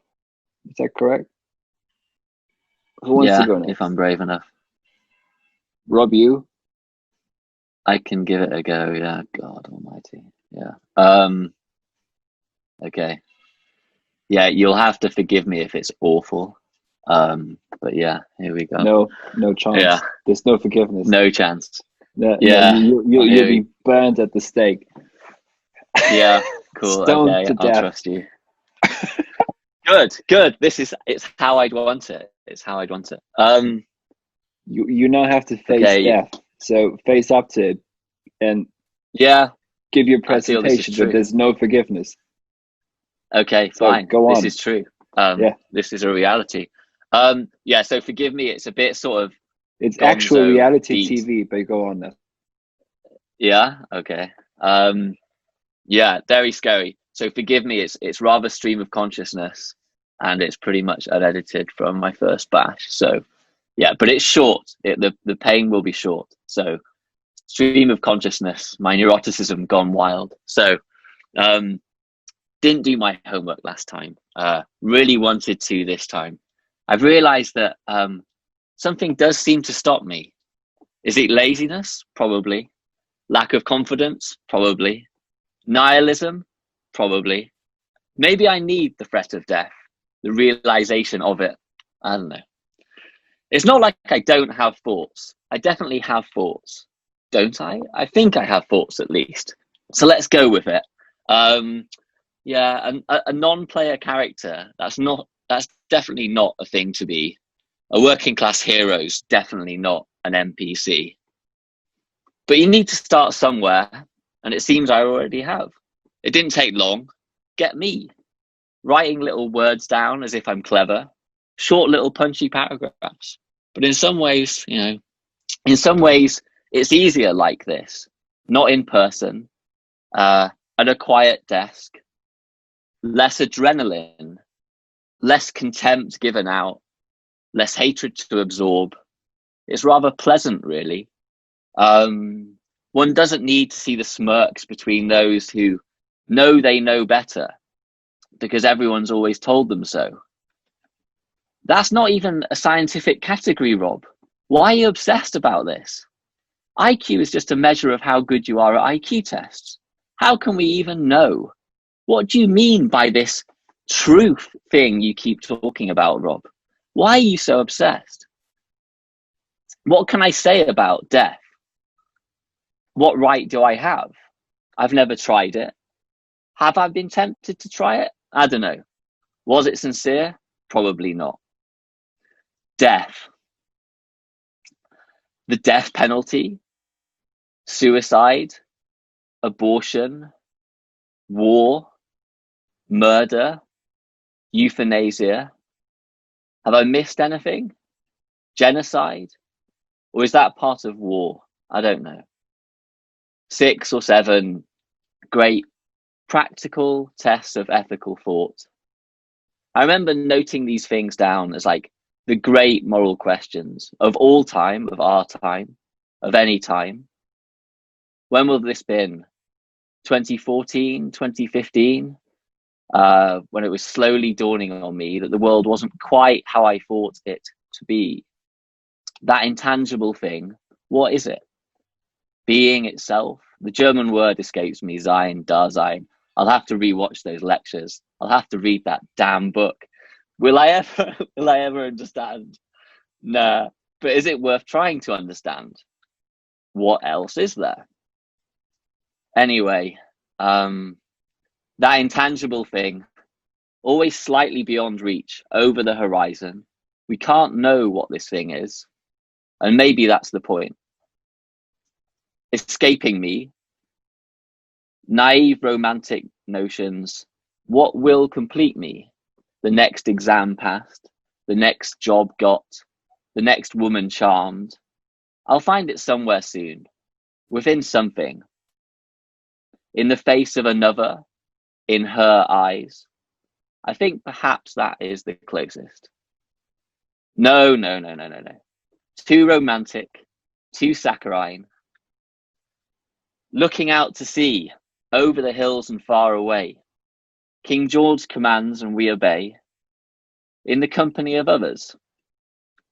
Alone on a bike. On a football field. Within a mannerbund. These most forbidden of things. We can't have that. Dangerous. What will they get up to? Gunpowder, treason and plot. Thinking? We can't have that. Why had I absorbed all this stuff? Why were my ethics upside down? Were they upside down? I think so, to be honest. And honesty is at the heart of a lot of this, all of this. Painful honesty, painful self-knowledge, painful reality. The horror of the real. Is the real horror, as far as we're concerned, the thought that God might not be dead? I remember being in a lecture quite early in my medical degree, kind of snorting at the idea that anyone objecting to abortion. Oh, I think I turned to my neighbor. You shouldn't be a doctor if you're not willing to sign off abortions. It just shouldn't be allowed. And I thought I was the open-minded person, half blind, looking at the shadows, convinced that they were the real deal. God help me. God forgive me for what I was. But yet, I am still the same, still grumpy, highly disagreeable, as I think they put what they politely call it, argumentative, convinced I'm right, still the same, but not the same, both. It's the same man, it's a different man. It's the same river, it's a different river. Anyway, I'll end there, actually, I think. Yeah, there's a bit more, but No, I keep think I'll end going. there. Oh, really? Keep Okay. going. Yeah, of course. So, yeah. And there's only a few paragraphs, I promise, left. So, the death penalty, brutal horror, a vestigial leftover from a less civilized age. The only way to make people take their own actions seriously. But what of injustices, lies, false accusations, the corruption of the criminal justice system, the corruption of the state? How do we balance that? Suicide. Who could blame someone to escape from this veil of tears? Who could judge someone who's taken that extreme step of taking that extreme destructive act? It's not for us to judge. But there's that word, destructive. You've said it yourself. It is a word. It means something. Judgment. Is this modernity's only real sin? We must never judge. Is this the ultimate lie? I think perhaps. The lie that we must tell ourselves in modernity, judgment is bad. Unless we take the outside, the radical path, the path of death, but also the path of life, the path of poetry, the path of idleness, judgment. We all do it. We must all do it in order to live. Bad judgment is punished by nature, punished by the real, punished by society, by the other, by death. We all do it. We all must do it. Why can't we just be honest with each other about that? Perhaps we can. To discern, to discriminate, to judge between the good and the bad, between sin and virtue, to categorize, to divide one thing from the other. This is not horror, as we are told. This is necessity. This is how things are. The rectification of names, as Confucius put it. All this nonsense, all these shadows, are a provocation, but a provocation that must be responded to with judgment itself. Pick your battles. Do not die unnecessarily, yet be ready to die when necessary. Death is the ultimate provocation to live. That is the end. Fantastic. Yeah. Ugh. Thank you. Mm. Very good. Keep writing. You've got, Joshua just said very powerful hidden talent. It's no longer hidden, Rob. So yeah, it is very scary. What's so, very scary? You said something in the beginning about the lack of adrenaline, that you would sit at a table, this mode, and then we are very much at the opposite, right? Because all this thing about the fear and the death of the just bringing it into presence is just utmost adrenaline. Or if you want to think the other way, is just, in a sense, is just learning to be a neighbor of pain, all right? To really, I think, enjoy pain, essentially. Enjoy what is unenjoyable, in a sense. Yeah. I mean, I suppose that was, I don't know, I know some of it's a bit abstract and obscure, but I suppose that was what I was referring to there, like the kind of like arguments, I don't know, like sort of losing friends when you really start to change your views on stuff, and like how unacceptable this stuff can feel to other people. And it's incredible, it's provocative to, when you start talking about really big stuff, most people don't want to even kind of confront them, I guess, which is completely understandable. And I think I have much better empathy for people who just like, it's too much drama and it's not worth it. And in a lot of ways, it isn't worth it. It's not worth kind of losing friends over this stuff. Well, sometimes it is, but I suppose, those bits were about like how, just the kind of the level of contempt you do kind of encounter when you're like, I don't know, when you start talking about truth, you're like, we can know things, like some things are true. And like the state of modernity, or whatever we call this, is just like people deny the kind of truth, that we can objectively know anything. That's what I found like incredibly like disturbing, that people just kind of smirk to each other. That's what I was referring to, I guess. They look at each other and go, here we go again. But I also acknowledge my own like that I can be just very provocative, I guess. Anyway, that was it. That was what's the reference. But no, I'm glad I did it in the end. Oof. Yeah. Thank you, Rob. Keep writing. That's what I would say, and I think everybody else is nodding along, so keep writing. Yeah, I'll try to. So it's either Seth or Daniel. Who wants to go next? I'll go. Good. So my paper is titled Self-Sacrifice is Child's Play. What is self-sacrifice? This question has been with me since childhood, though not in words. Closer to me was the feeling of self-sacrifice, the greatest expression of love combined with the deepest longing for love. To voluntarily sacrifice oneself was the act that saved the world, the hero's trial and tribulation. Yet this capacity for the profoundest love was off limits.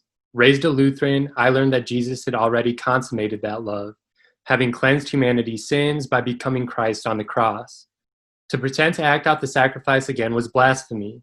Did I not believe that the deed was done? Of course, the second coming was foretold, but it was the second coming of Christ. Our part was to bear witness again. The superficial foreclosure that imprisons literalism is not unique to Lutheranism, nor to Christianity, nor to any of the world's religions, and for good reason. How hubristic to think that you are the world's savior, yet you can play out the savior and bear witness to your own second coming.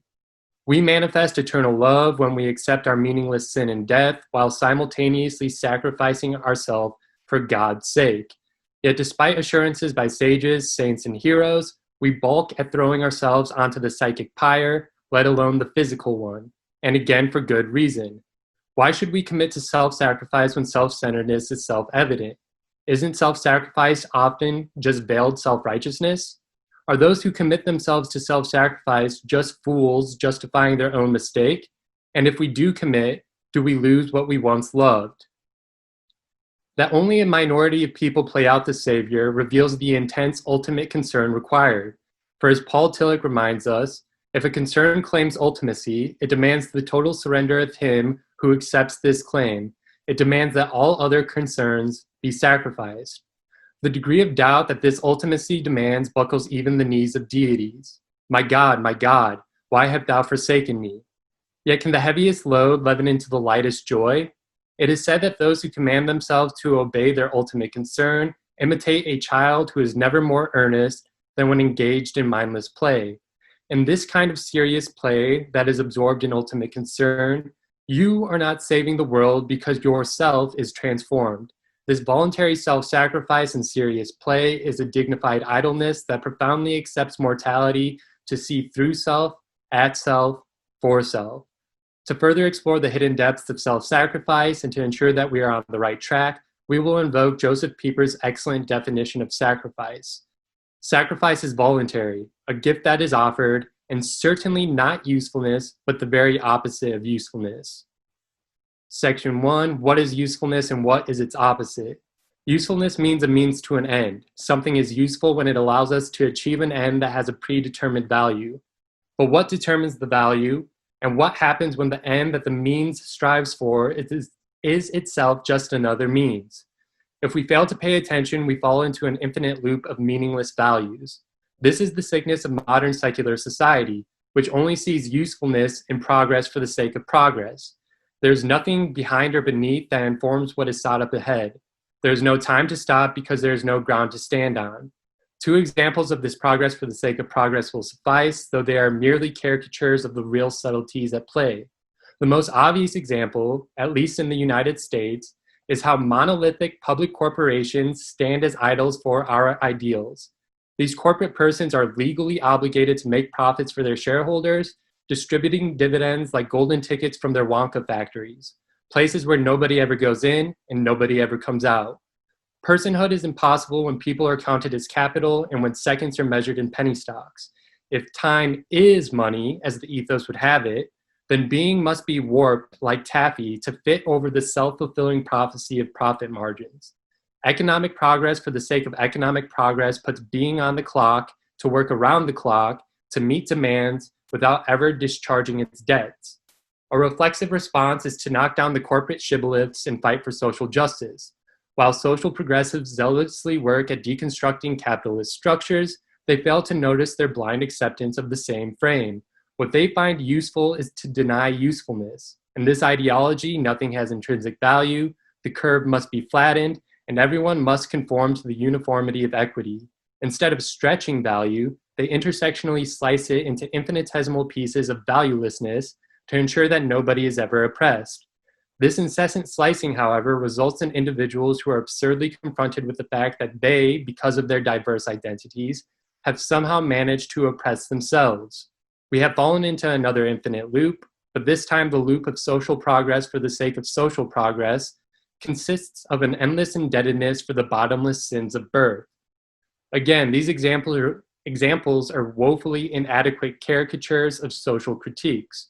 What the critiques reveal, however, are real instrumental mentalities that measure, position, and reduce everything into either waves or particles, whatever is useful for the self-chosen narrative. And make no mistake, we desperately cling to our self-chosen narratives since we think that our very existence depends on them. Cogito ergo sum. These self-chosen narratives, these egos that we think into existence, project their own sense of usefulness onto being, and therefore are profoundly blind, seeing only themselves reflected everywhere they look. In order to break through the egos that we think we are, we must accept a self-sacrifice that is not useful, but the very opposite of useful. This hints at another plane, a non-narrative mode that denies the frame, an idleness with dignity where we live in uncertainty by principle. Playing on the plane of dignified idleness is a life that is simultaneously passive and active, pathetic and creative, passionate and poetic. The pathetic idler passionately loves being as it is rather than what he thinks it ought to be. By living this love, beloved being reveals to the dignified, in other words, the worthy lover, how being ought to be so that the lover knows how he ought to act. As Kiji Nishitani might say, idleness with dignity is the field where we come to see a being's suchness while affording for its moreness. When we approach beings this way, they are no longer pre-constructed self-deceits that solely function in order for the ego to sustain itself by relating back to itself. On the field of dignified idleness, beings are no longer standing in reserve for the ego, as in Heidegger's Gestell, but are instead standing on their own home ground. It is crucial to note, however, that in denying usefulness, we are not exiting the scene. Playing in dignified idleness is a mode of being that is neither hedonistic nor ascetic, a place where we can have those things that want to be had. In dignified idleness, the everyday is still the everyday, but now one bears witness to the profound depth that is folded between being's subtle seams, allowing the hidden beauty to unfold. Section 2, there's only 4 sections and I didn't finish the 4th, so it's not going to be too much longer. When is self-sacrifice voluntary? To see being's subtle seams without requires reciprocal cuts within. A courageous self-affirmation through self-negation. What does this mean?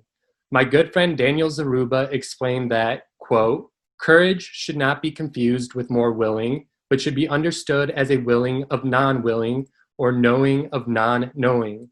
This means being attentive to and attending to one's limitations in order to accept suffering, mortality, and death. End of quote. Courageously attending to our limitations within illuminates the subtle seams without, resulting in ramifications, both as consequences of following together and root structures. Attending to our limitations is what roots being so that it may blossom. In other words, we only exist when our self cracks to fit into being's subtle seams, stitching being back together so that it may blossom further. As Daniel eloquently put it, courage is the ethical attitude that protects and affirms the contact between one's present self and the second, higher self. This is how I understand Heidegger's authentic Dasein. We are being when we question our being. Similarly, Nietzsche's Overman is not an ontically powerful Superman, but instead is a being with an extraordinary vitality to question its vitality in order to further surpass itself. A human who questions human-centeredness, a self that questions self-centeredness. And thus spoke Zarathustra. Nietzsche wrote, "It is your dearest self, your virtue. The ring's thirst is in you. To reach itself again struggleth every ring, and turneth itself." Tillich notes that Nietzsche's sense of virtue distinguishes between submissiveness and obedience. Submissiveness is the cowardice which does not dare risk itself. The noble life of the powerful soul, on the other hand, surpasses itself because it is able to obey and to command, and to obey while commanding. Our command to constantly question ourselves is to obey our limitations. This endless questioning is the voluntariness of self-sacrifice that saves being. Even in the myths of the Holy Grail, the questing knight of chastity reaches the wounded fisher king to affirmatively ask the question, thereby restoring the kingdom's health and vitality, its wholeness. The miraculous redeeming power that is attributed to the question in the Grail myths is the initiative of the absolute action that brings about the restoration. Indeed, to ask the question is the equivalent of stating the problem. Section 3, who is the self-sacrifice offered to? In asking who the self-sacrifice is offered to, we are also asking who the question is posed to.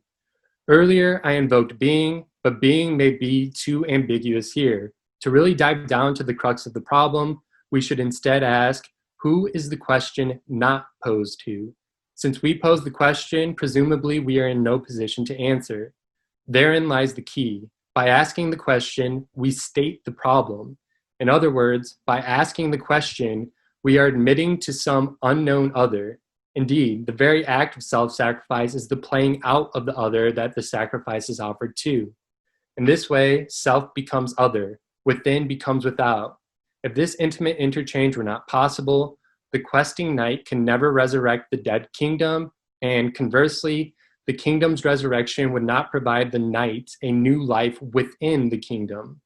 Importantly, the self-sacrifice that plays out the other also demands sacrificing the will to ever know who or what the other is or will be. Again, the question states the problem. By asking the question, we admit that we do not know the answer. This requires a profound faith, a total surrender and ultimate concern for the unknown other. As L.A. Paul would say, instead of progress for the sake of progress, we seek revelatory experience for the sake of revelatory experience. Revelatory experience for the sake of revelatory experience is the eternal loop of atonement in life and death and life. For Henri Corbin, this eternal loop of self-sacrifice to an always unknown other is played out in prayer, but this is no ordinary conception of prayer.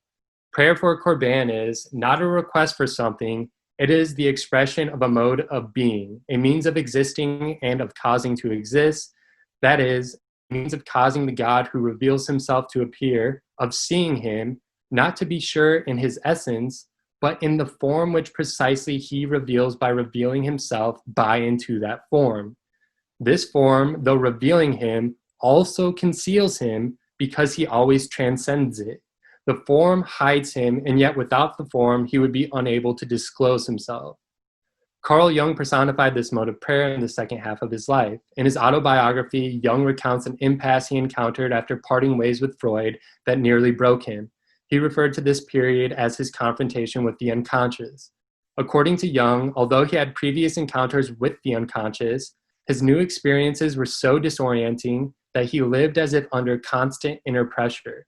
After exhausting the psychotherapeutic techniques that he had learned, practiced, and developed, he despondently acknowledged his own ignorance and said to himself, "Since I know nothing at all, I shall simply do whatever occurs to me." Thenceforth, he consciously submitted himself to the impulses of the unconscious. Said otherwise, Jung commanded himself to obey himself.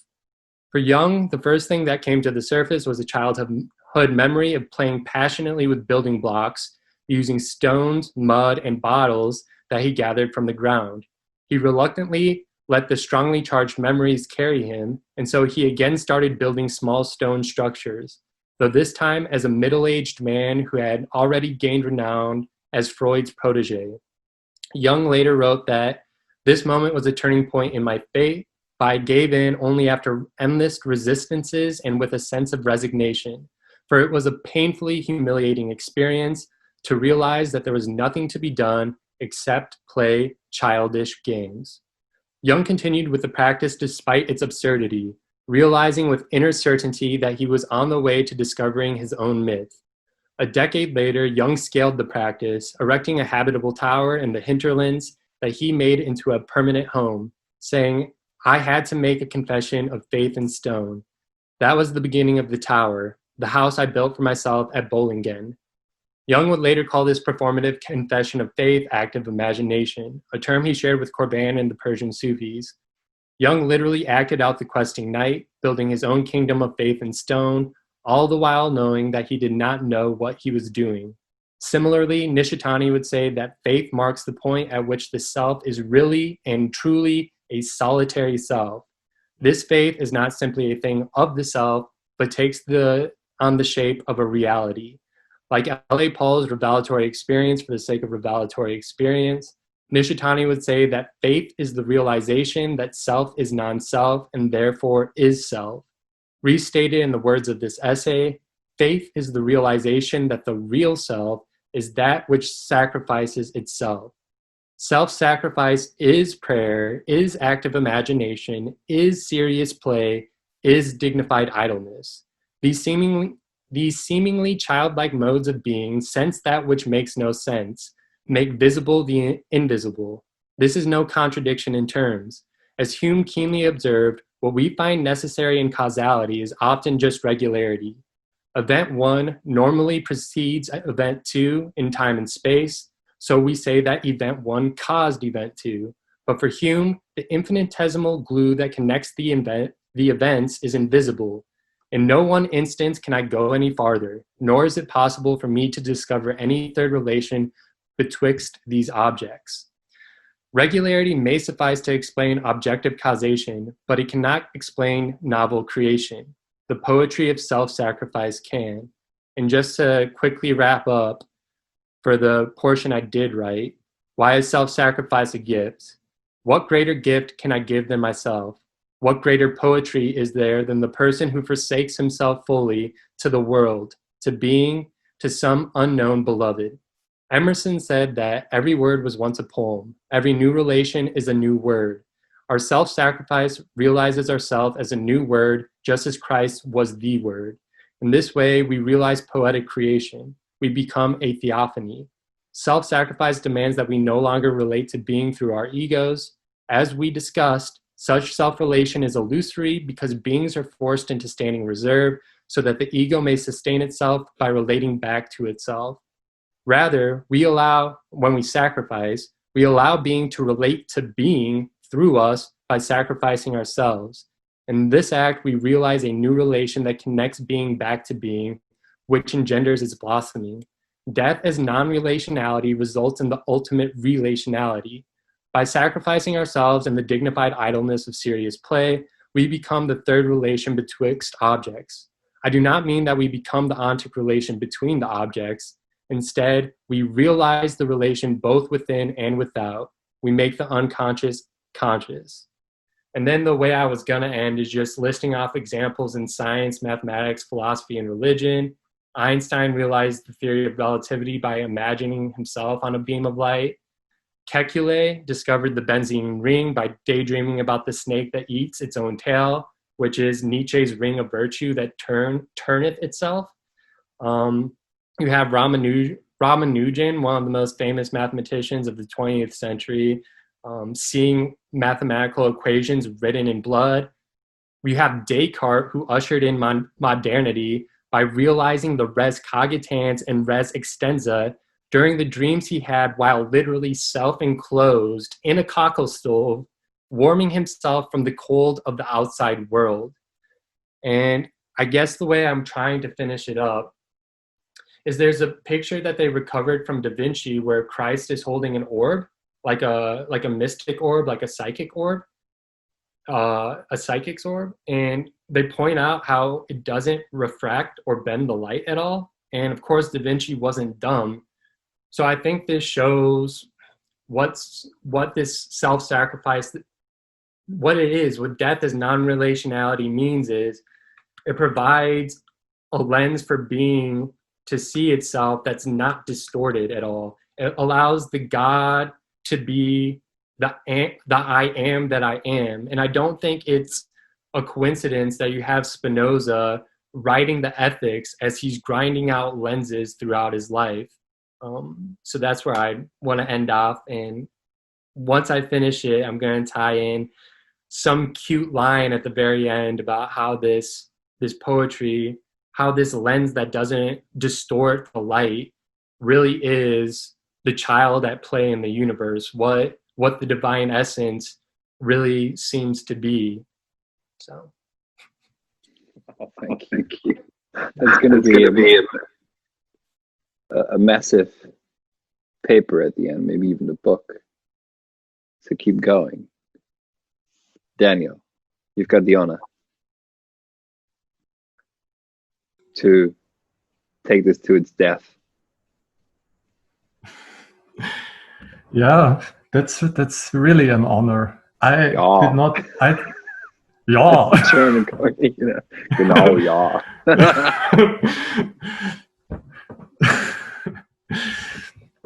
I did not think that I will end this, but as I do, I just want to thank every one of you for your great talks.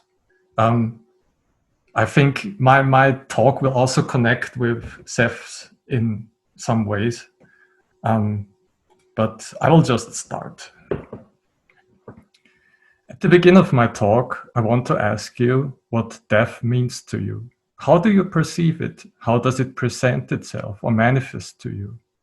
Is it a distinct thing that will only concern you when you're at high age?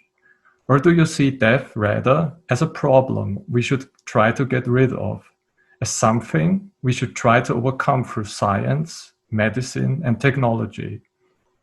Is it an uncanny something that we shall not talk about in order to preserve good taste? Or are you aware of your death, that your being, your Dasein, is ultimately finite? Did you realize how your death can be truly your death? Whatever you may think about death, just a variety of interpretations shows us how unclear and thus uncanny the nature of death is. Our culture is one of radical immanence and hedonistic, shallow life affirmation. Thus, death has become something we shall not talk about. It is so unclear and so uncanny that we'd rather avoid talking or thinking about it. But precisely through our modern ignorance of death, through our staring away from it, we can feel its presence and its uncanniness beneath each of our undertakings. Because we are ignoring it, our being lacks something, and we numb ourselves with the soma of mindless entertainment, junk food, drugs, or shopping, instead of courageously facing the abyss beneath our culture. The nihility of death reveals itself even more by our widespread ignorance of it. The wasteland of nihility grows. Die Wüste wächst, as Heidegger would say, and consequently all facets of human life appear to be in a state of crisis in late modernity. Despite death is concealed, it sways beneath our being, paints all of human activity with a dark aura of meaninglessness. At this point of contact with nihility and death, I want to start my short contemplation about death. Death is the shrine of nothing, writes Martin Heidegger in his famous text, The Thing, Das Ding in German. Usually we see death as the opposite of life, as not being anymore, as something beyond the limitations of life. Why, we may ask then, is it a shrine? Now, what is a shrine? Initially, a shrine refers to a container for something precious, like religious relics or artifacts. A shrine harbors or gathers something. A shrine could also be a place of religious worship, a place where divine spirits or creatures live, a place where one can come into contact with or commemorate to the divine. In any case, a shrine is a sacred site, it is a place, or it has at least a spatial aspect to it. You can also think of death as the mountain range of being, and I imagine it with a shrine at the top of the mountain range that gives or grants entrance to the whole of being. A shrine is a site where not only the sacred is gathered together, but it is also a place where we mortals are able to come together with this presencing of the sacred or the divine. The shrine at the mountaintop is where the vastness of heaven and the grounds of the earth meet, and are gathered together, where the divine and mortals are coming together. Death is the shrine of nothing. Death is the shrine of no thing. To move further, we need to think about the nature of the thing. What is a thing for Heidegger? In the same essay, we read that thing is the very careful and cautious name for something that somehow is, that somehow presences itself. For Meister Eckhart, God and the soul are things in that sense. A thing is something that concerns us, that we care about. A thing is not a Gegenstand, an object that stands opposed to us. It is a thing that has its own mode of presencing and relating to us. an act which Heidegger calls dingen. Das Ding dingt, he says. And these things are constituted by Leere, void, emptiness. Some think that Heidegger is pointing to Lao Tse's Tao Te King here. Let me read a quote from the book. 30 spokes meet in the hub, though the space between them is the essence of the wheel. Pots are formed from clay, though the space inside them is the essence of the pot. Walls with windows and doors form the house, though the space within them is the essence of the house. The space we are hereby referring to is not a nihilistic void, nor is it the vacuum in between things. Rather, it is the background from which all things emerge, shine forth, stand forth in their foregroundedness. It is everywhere, yet it is nowhere. It has no substance, yet it gives substance to everything. It is the non-representational non-form that is the grounding prerequisite for every representational form. Nishitani would say it is like the hypokaimenon, but not in the sense of an immanent moment in the constitution of the nature of the existence of things, but as a field that makes each individual thing, with a totality beyond exhaustion by analysis, manifest in its mode of suchness. Death is the shrine of nothing, we said earlier. A shrine is a place of something. Death, however, is the shrine of no thing. The shrine is empty, yet there is not nothing there. It is the field that is present before a thing has arisen, and after the thing has withdrawn.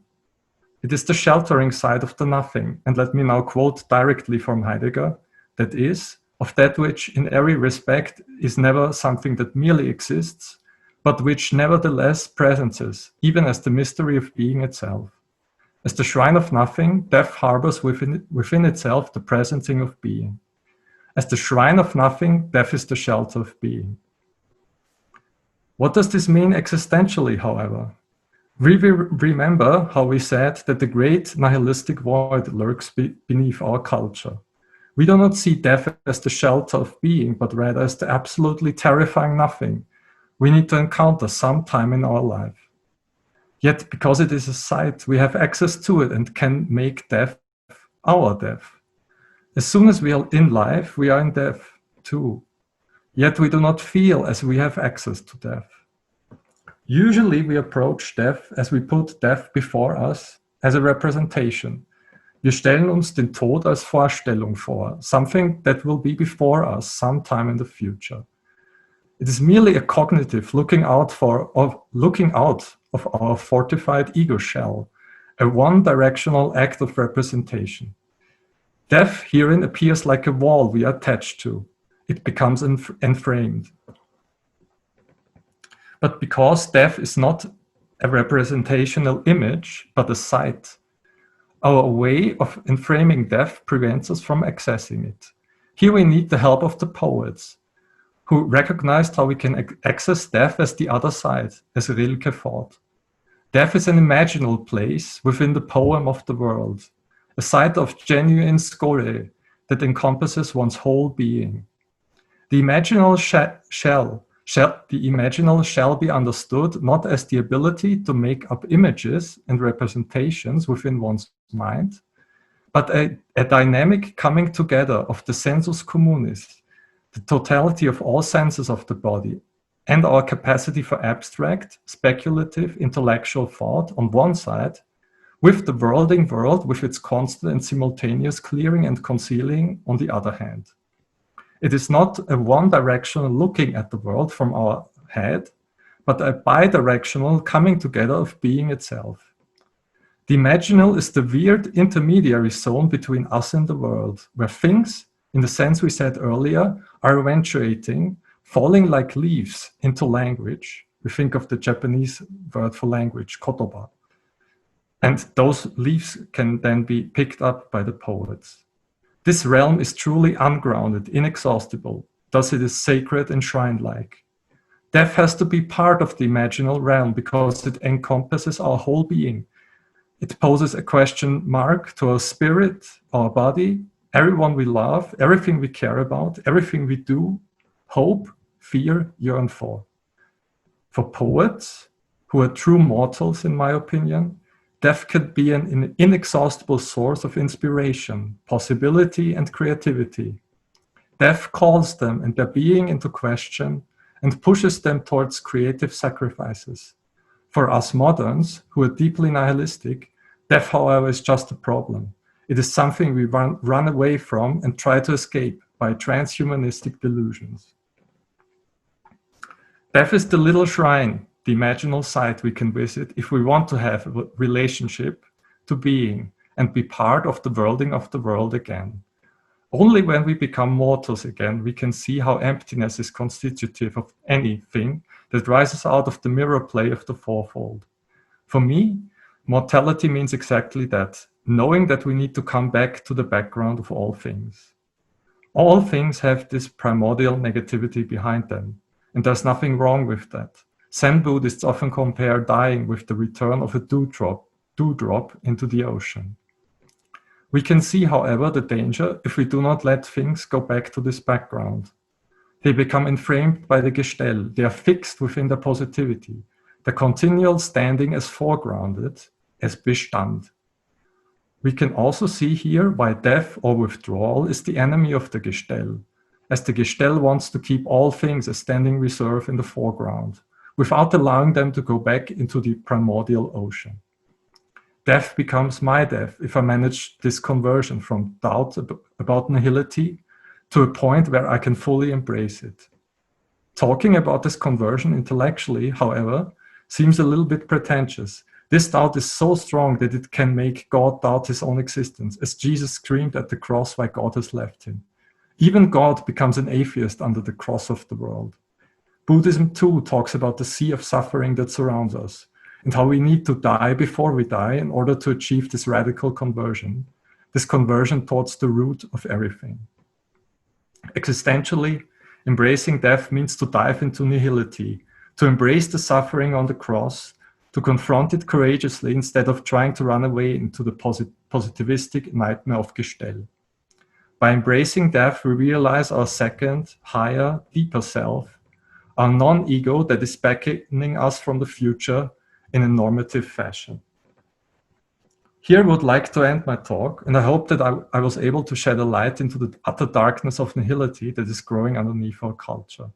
It is announcing itself through the danger that nuclear annihilation poses, whereby death becomes a statistical number, a death count, a numerical representation. However, the various crises today and the horrible crimes of the last century announcing the great danger. A future without death that belongs to us, forever unreachable, unrealizable, and following up from that, endless conflict, endless exhaustion, endless killing. Not just we die, but the true essence, the true substances of all individual things die too. Being has forever withdrawn for the eyes of the moderns, who have become blinded by only staring at shadows in a cave. Yet, we remember Hölderlin's words, where the danger is, that which can save us grows too.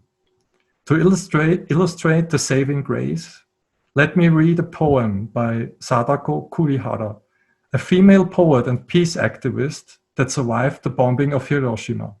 The poem was created in the immediate aftermath of the explosion. The title is Let Us Be Midwives. Night in the basement of a concrete structure now in ruins. Victims of the atomic bomb jammed the room. It was dark, not even a single candle. The smell of fresh blood, the stench of death, the closeness of sweaty people, the moans.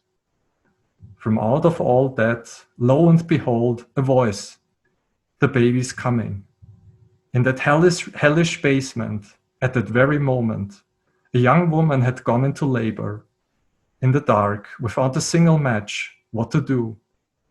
People forgot their own pains, worried about her. And then, I'm a midwife.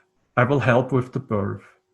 The speaker, seriously injured herself, had been moaning only moments before. And so new life was born in the dark of that pit of hell.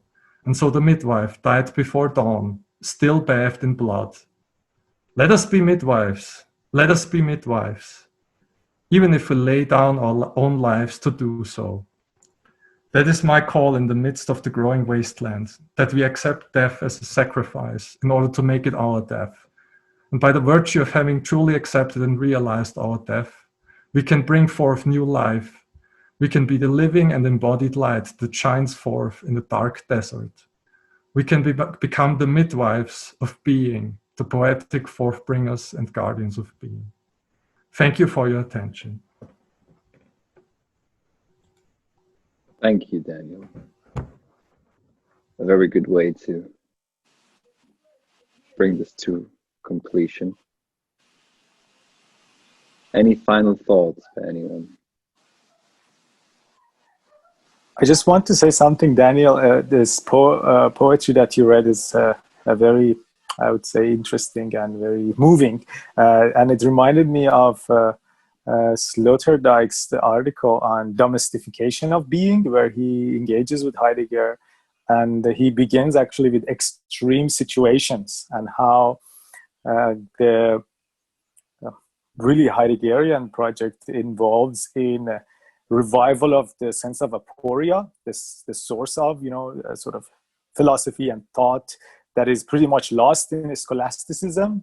In really, if you want to go back to the building of academy, even by Plato, and let's say establishment of school in that sense, and how in 20th century it is revived, as it were, by encounter, right, with the angst, for example, for Heidegger, or other such extreme situations. So I think, yeah, that there are some sort of parallels between what you were saying and what he talks about. I also want to make a comment. Thank you very much, Daniel. Yeah, the poem at the end was, I definitely felt that. Just as a quick note, since we mentioned another animated film, Watership Down, if you ever want to, you have to prepare yourself emotionally, but if you ever want to just feel the hell that was mentioned there, there's this amazing animated scene called Barefoot Gen, Gen, Hiroshima, where he was a survivor. He created a manga that became a cartoon. And anyway, there's just a cartoon depiction of Hiroshima, and it'll probably be one of the most traumatizing things you ever watch, but it feels necessary to watch when you see it. So I suggest that when you have the emotional capacity.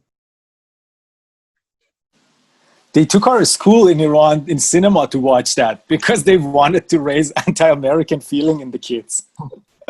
Whoa. The scenes of, bombs dropping and everything. Yeah, it was pretty crazy, I remember. I'd also just like to say thank you, Daniel. That was a really fitting and lovely way to end the course. And death is the little shrine of nothing. Was that the right phrasing? What's the title again? Yeah, but it was beautifully laid out. Really enjoyed it. Wonderful course. And next year, if possible, maybe we can have some kind of Halkian festival in some kind of paddock over a weekend. I mean, it sounds complicated, but maybe, I don't know, we can. Yeah. But yeah, thanks everyone. Great talks. Definitely, that's something we should do. We'll talk about. We'll talk about. And we'll do the. Can you hear me still? Yeah, we'll do the alumni meeting at some point. Maybe either very late this year or early on next year. And don't forget that Lou will have to present his work on information and ontology and Heidegger. So just for the record, that he doesn't forget and we don't forget. So thank you again, everyone. We'll get these published as well. Maybe we'll give you a bit more time for these. But for the idleness essay, make sure to send them by September 6th. And yeah, thank you all very much. Thank Or you, Johannes. Thanks, everyone. Thanks, guys. Enjoyed the Great talk. session. thank you. Thank you. Great to see everyone again. Would love to keep in touch with you guys. Writing, It's just stay over in Twitter. touch. Okay, I'll be quiet, but stay in touch. I'll be quiet. And Stee, yes, I'll second this. We'll do some sort of a. I mean, I know it's difficult because everyone's somewhere else, but I don't know. Try and meet somewhere, somehow. Well, I was just thinking it might even be nice to present the talks, in person, and at the end of, we could have some kind of presentation of them. I don't know. Or we can do something like a writer's retreat. Yes, Right? exactly. Yeah. I suggest the Greek islands, Miletus. Yeah. Cappadocia. A lot of good wine makers out there. To South Wine. Africa. It's a real holiday destination. Good. That's good. How epic would that be, Johannes? The Halcyon Forum Summit, Samos. Yeah. Yes. Yeah. But it must be Europe. Greece or Italy. At the maximum, France. How about the mountain range of being in Austria? You think it's in Austria? Do you think that's where it is? Really? I always thought it was in Bavaria. That particular mountain range. The Rockies. But you know, Austria is an extension of Bavaria, so. Oh. Wasn't there an argument about that? I would vote for whoever has the best wine, best spirits. who does? Yeah. Italy. All right. The south of Italy. Yep. Sicily or around Naples. It also has an advantage. It's very. I mean, it's difficult for some of you maybe to get there, but it's probably very affordable when it comes to a big mansion or something. But yeah, any closing remarks that you want to share with everyone before we?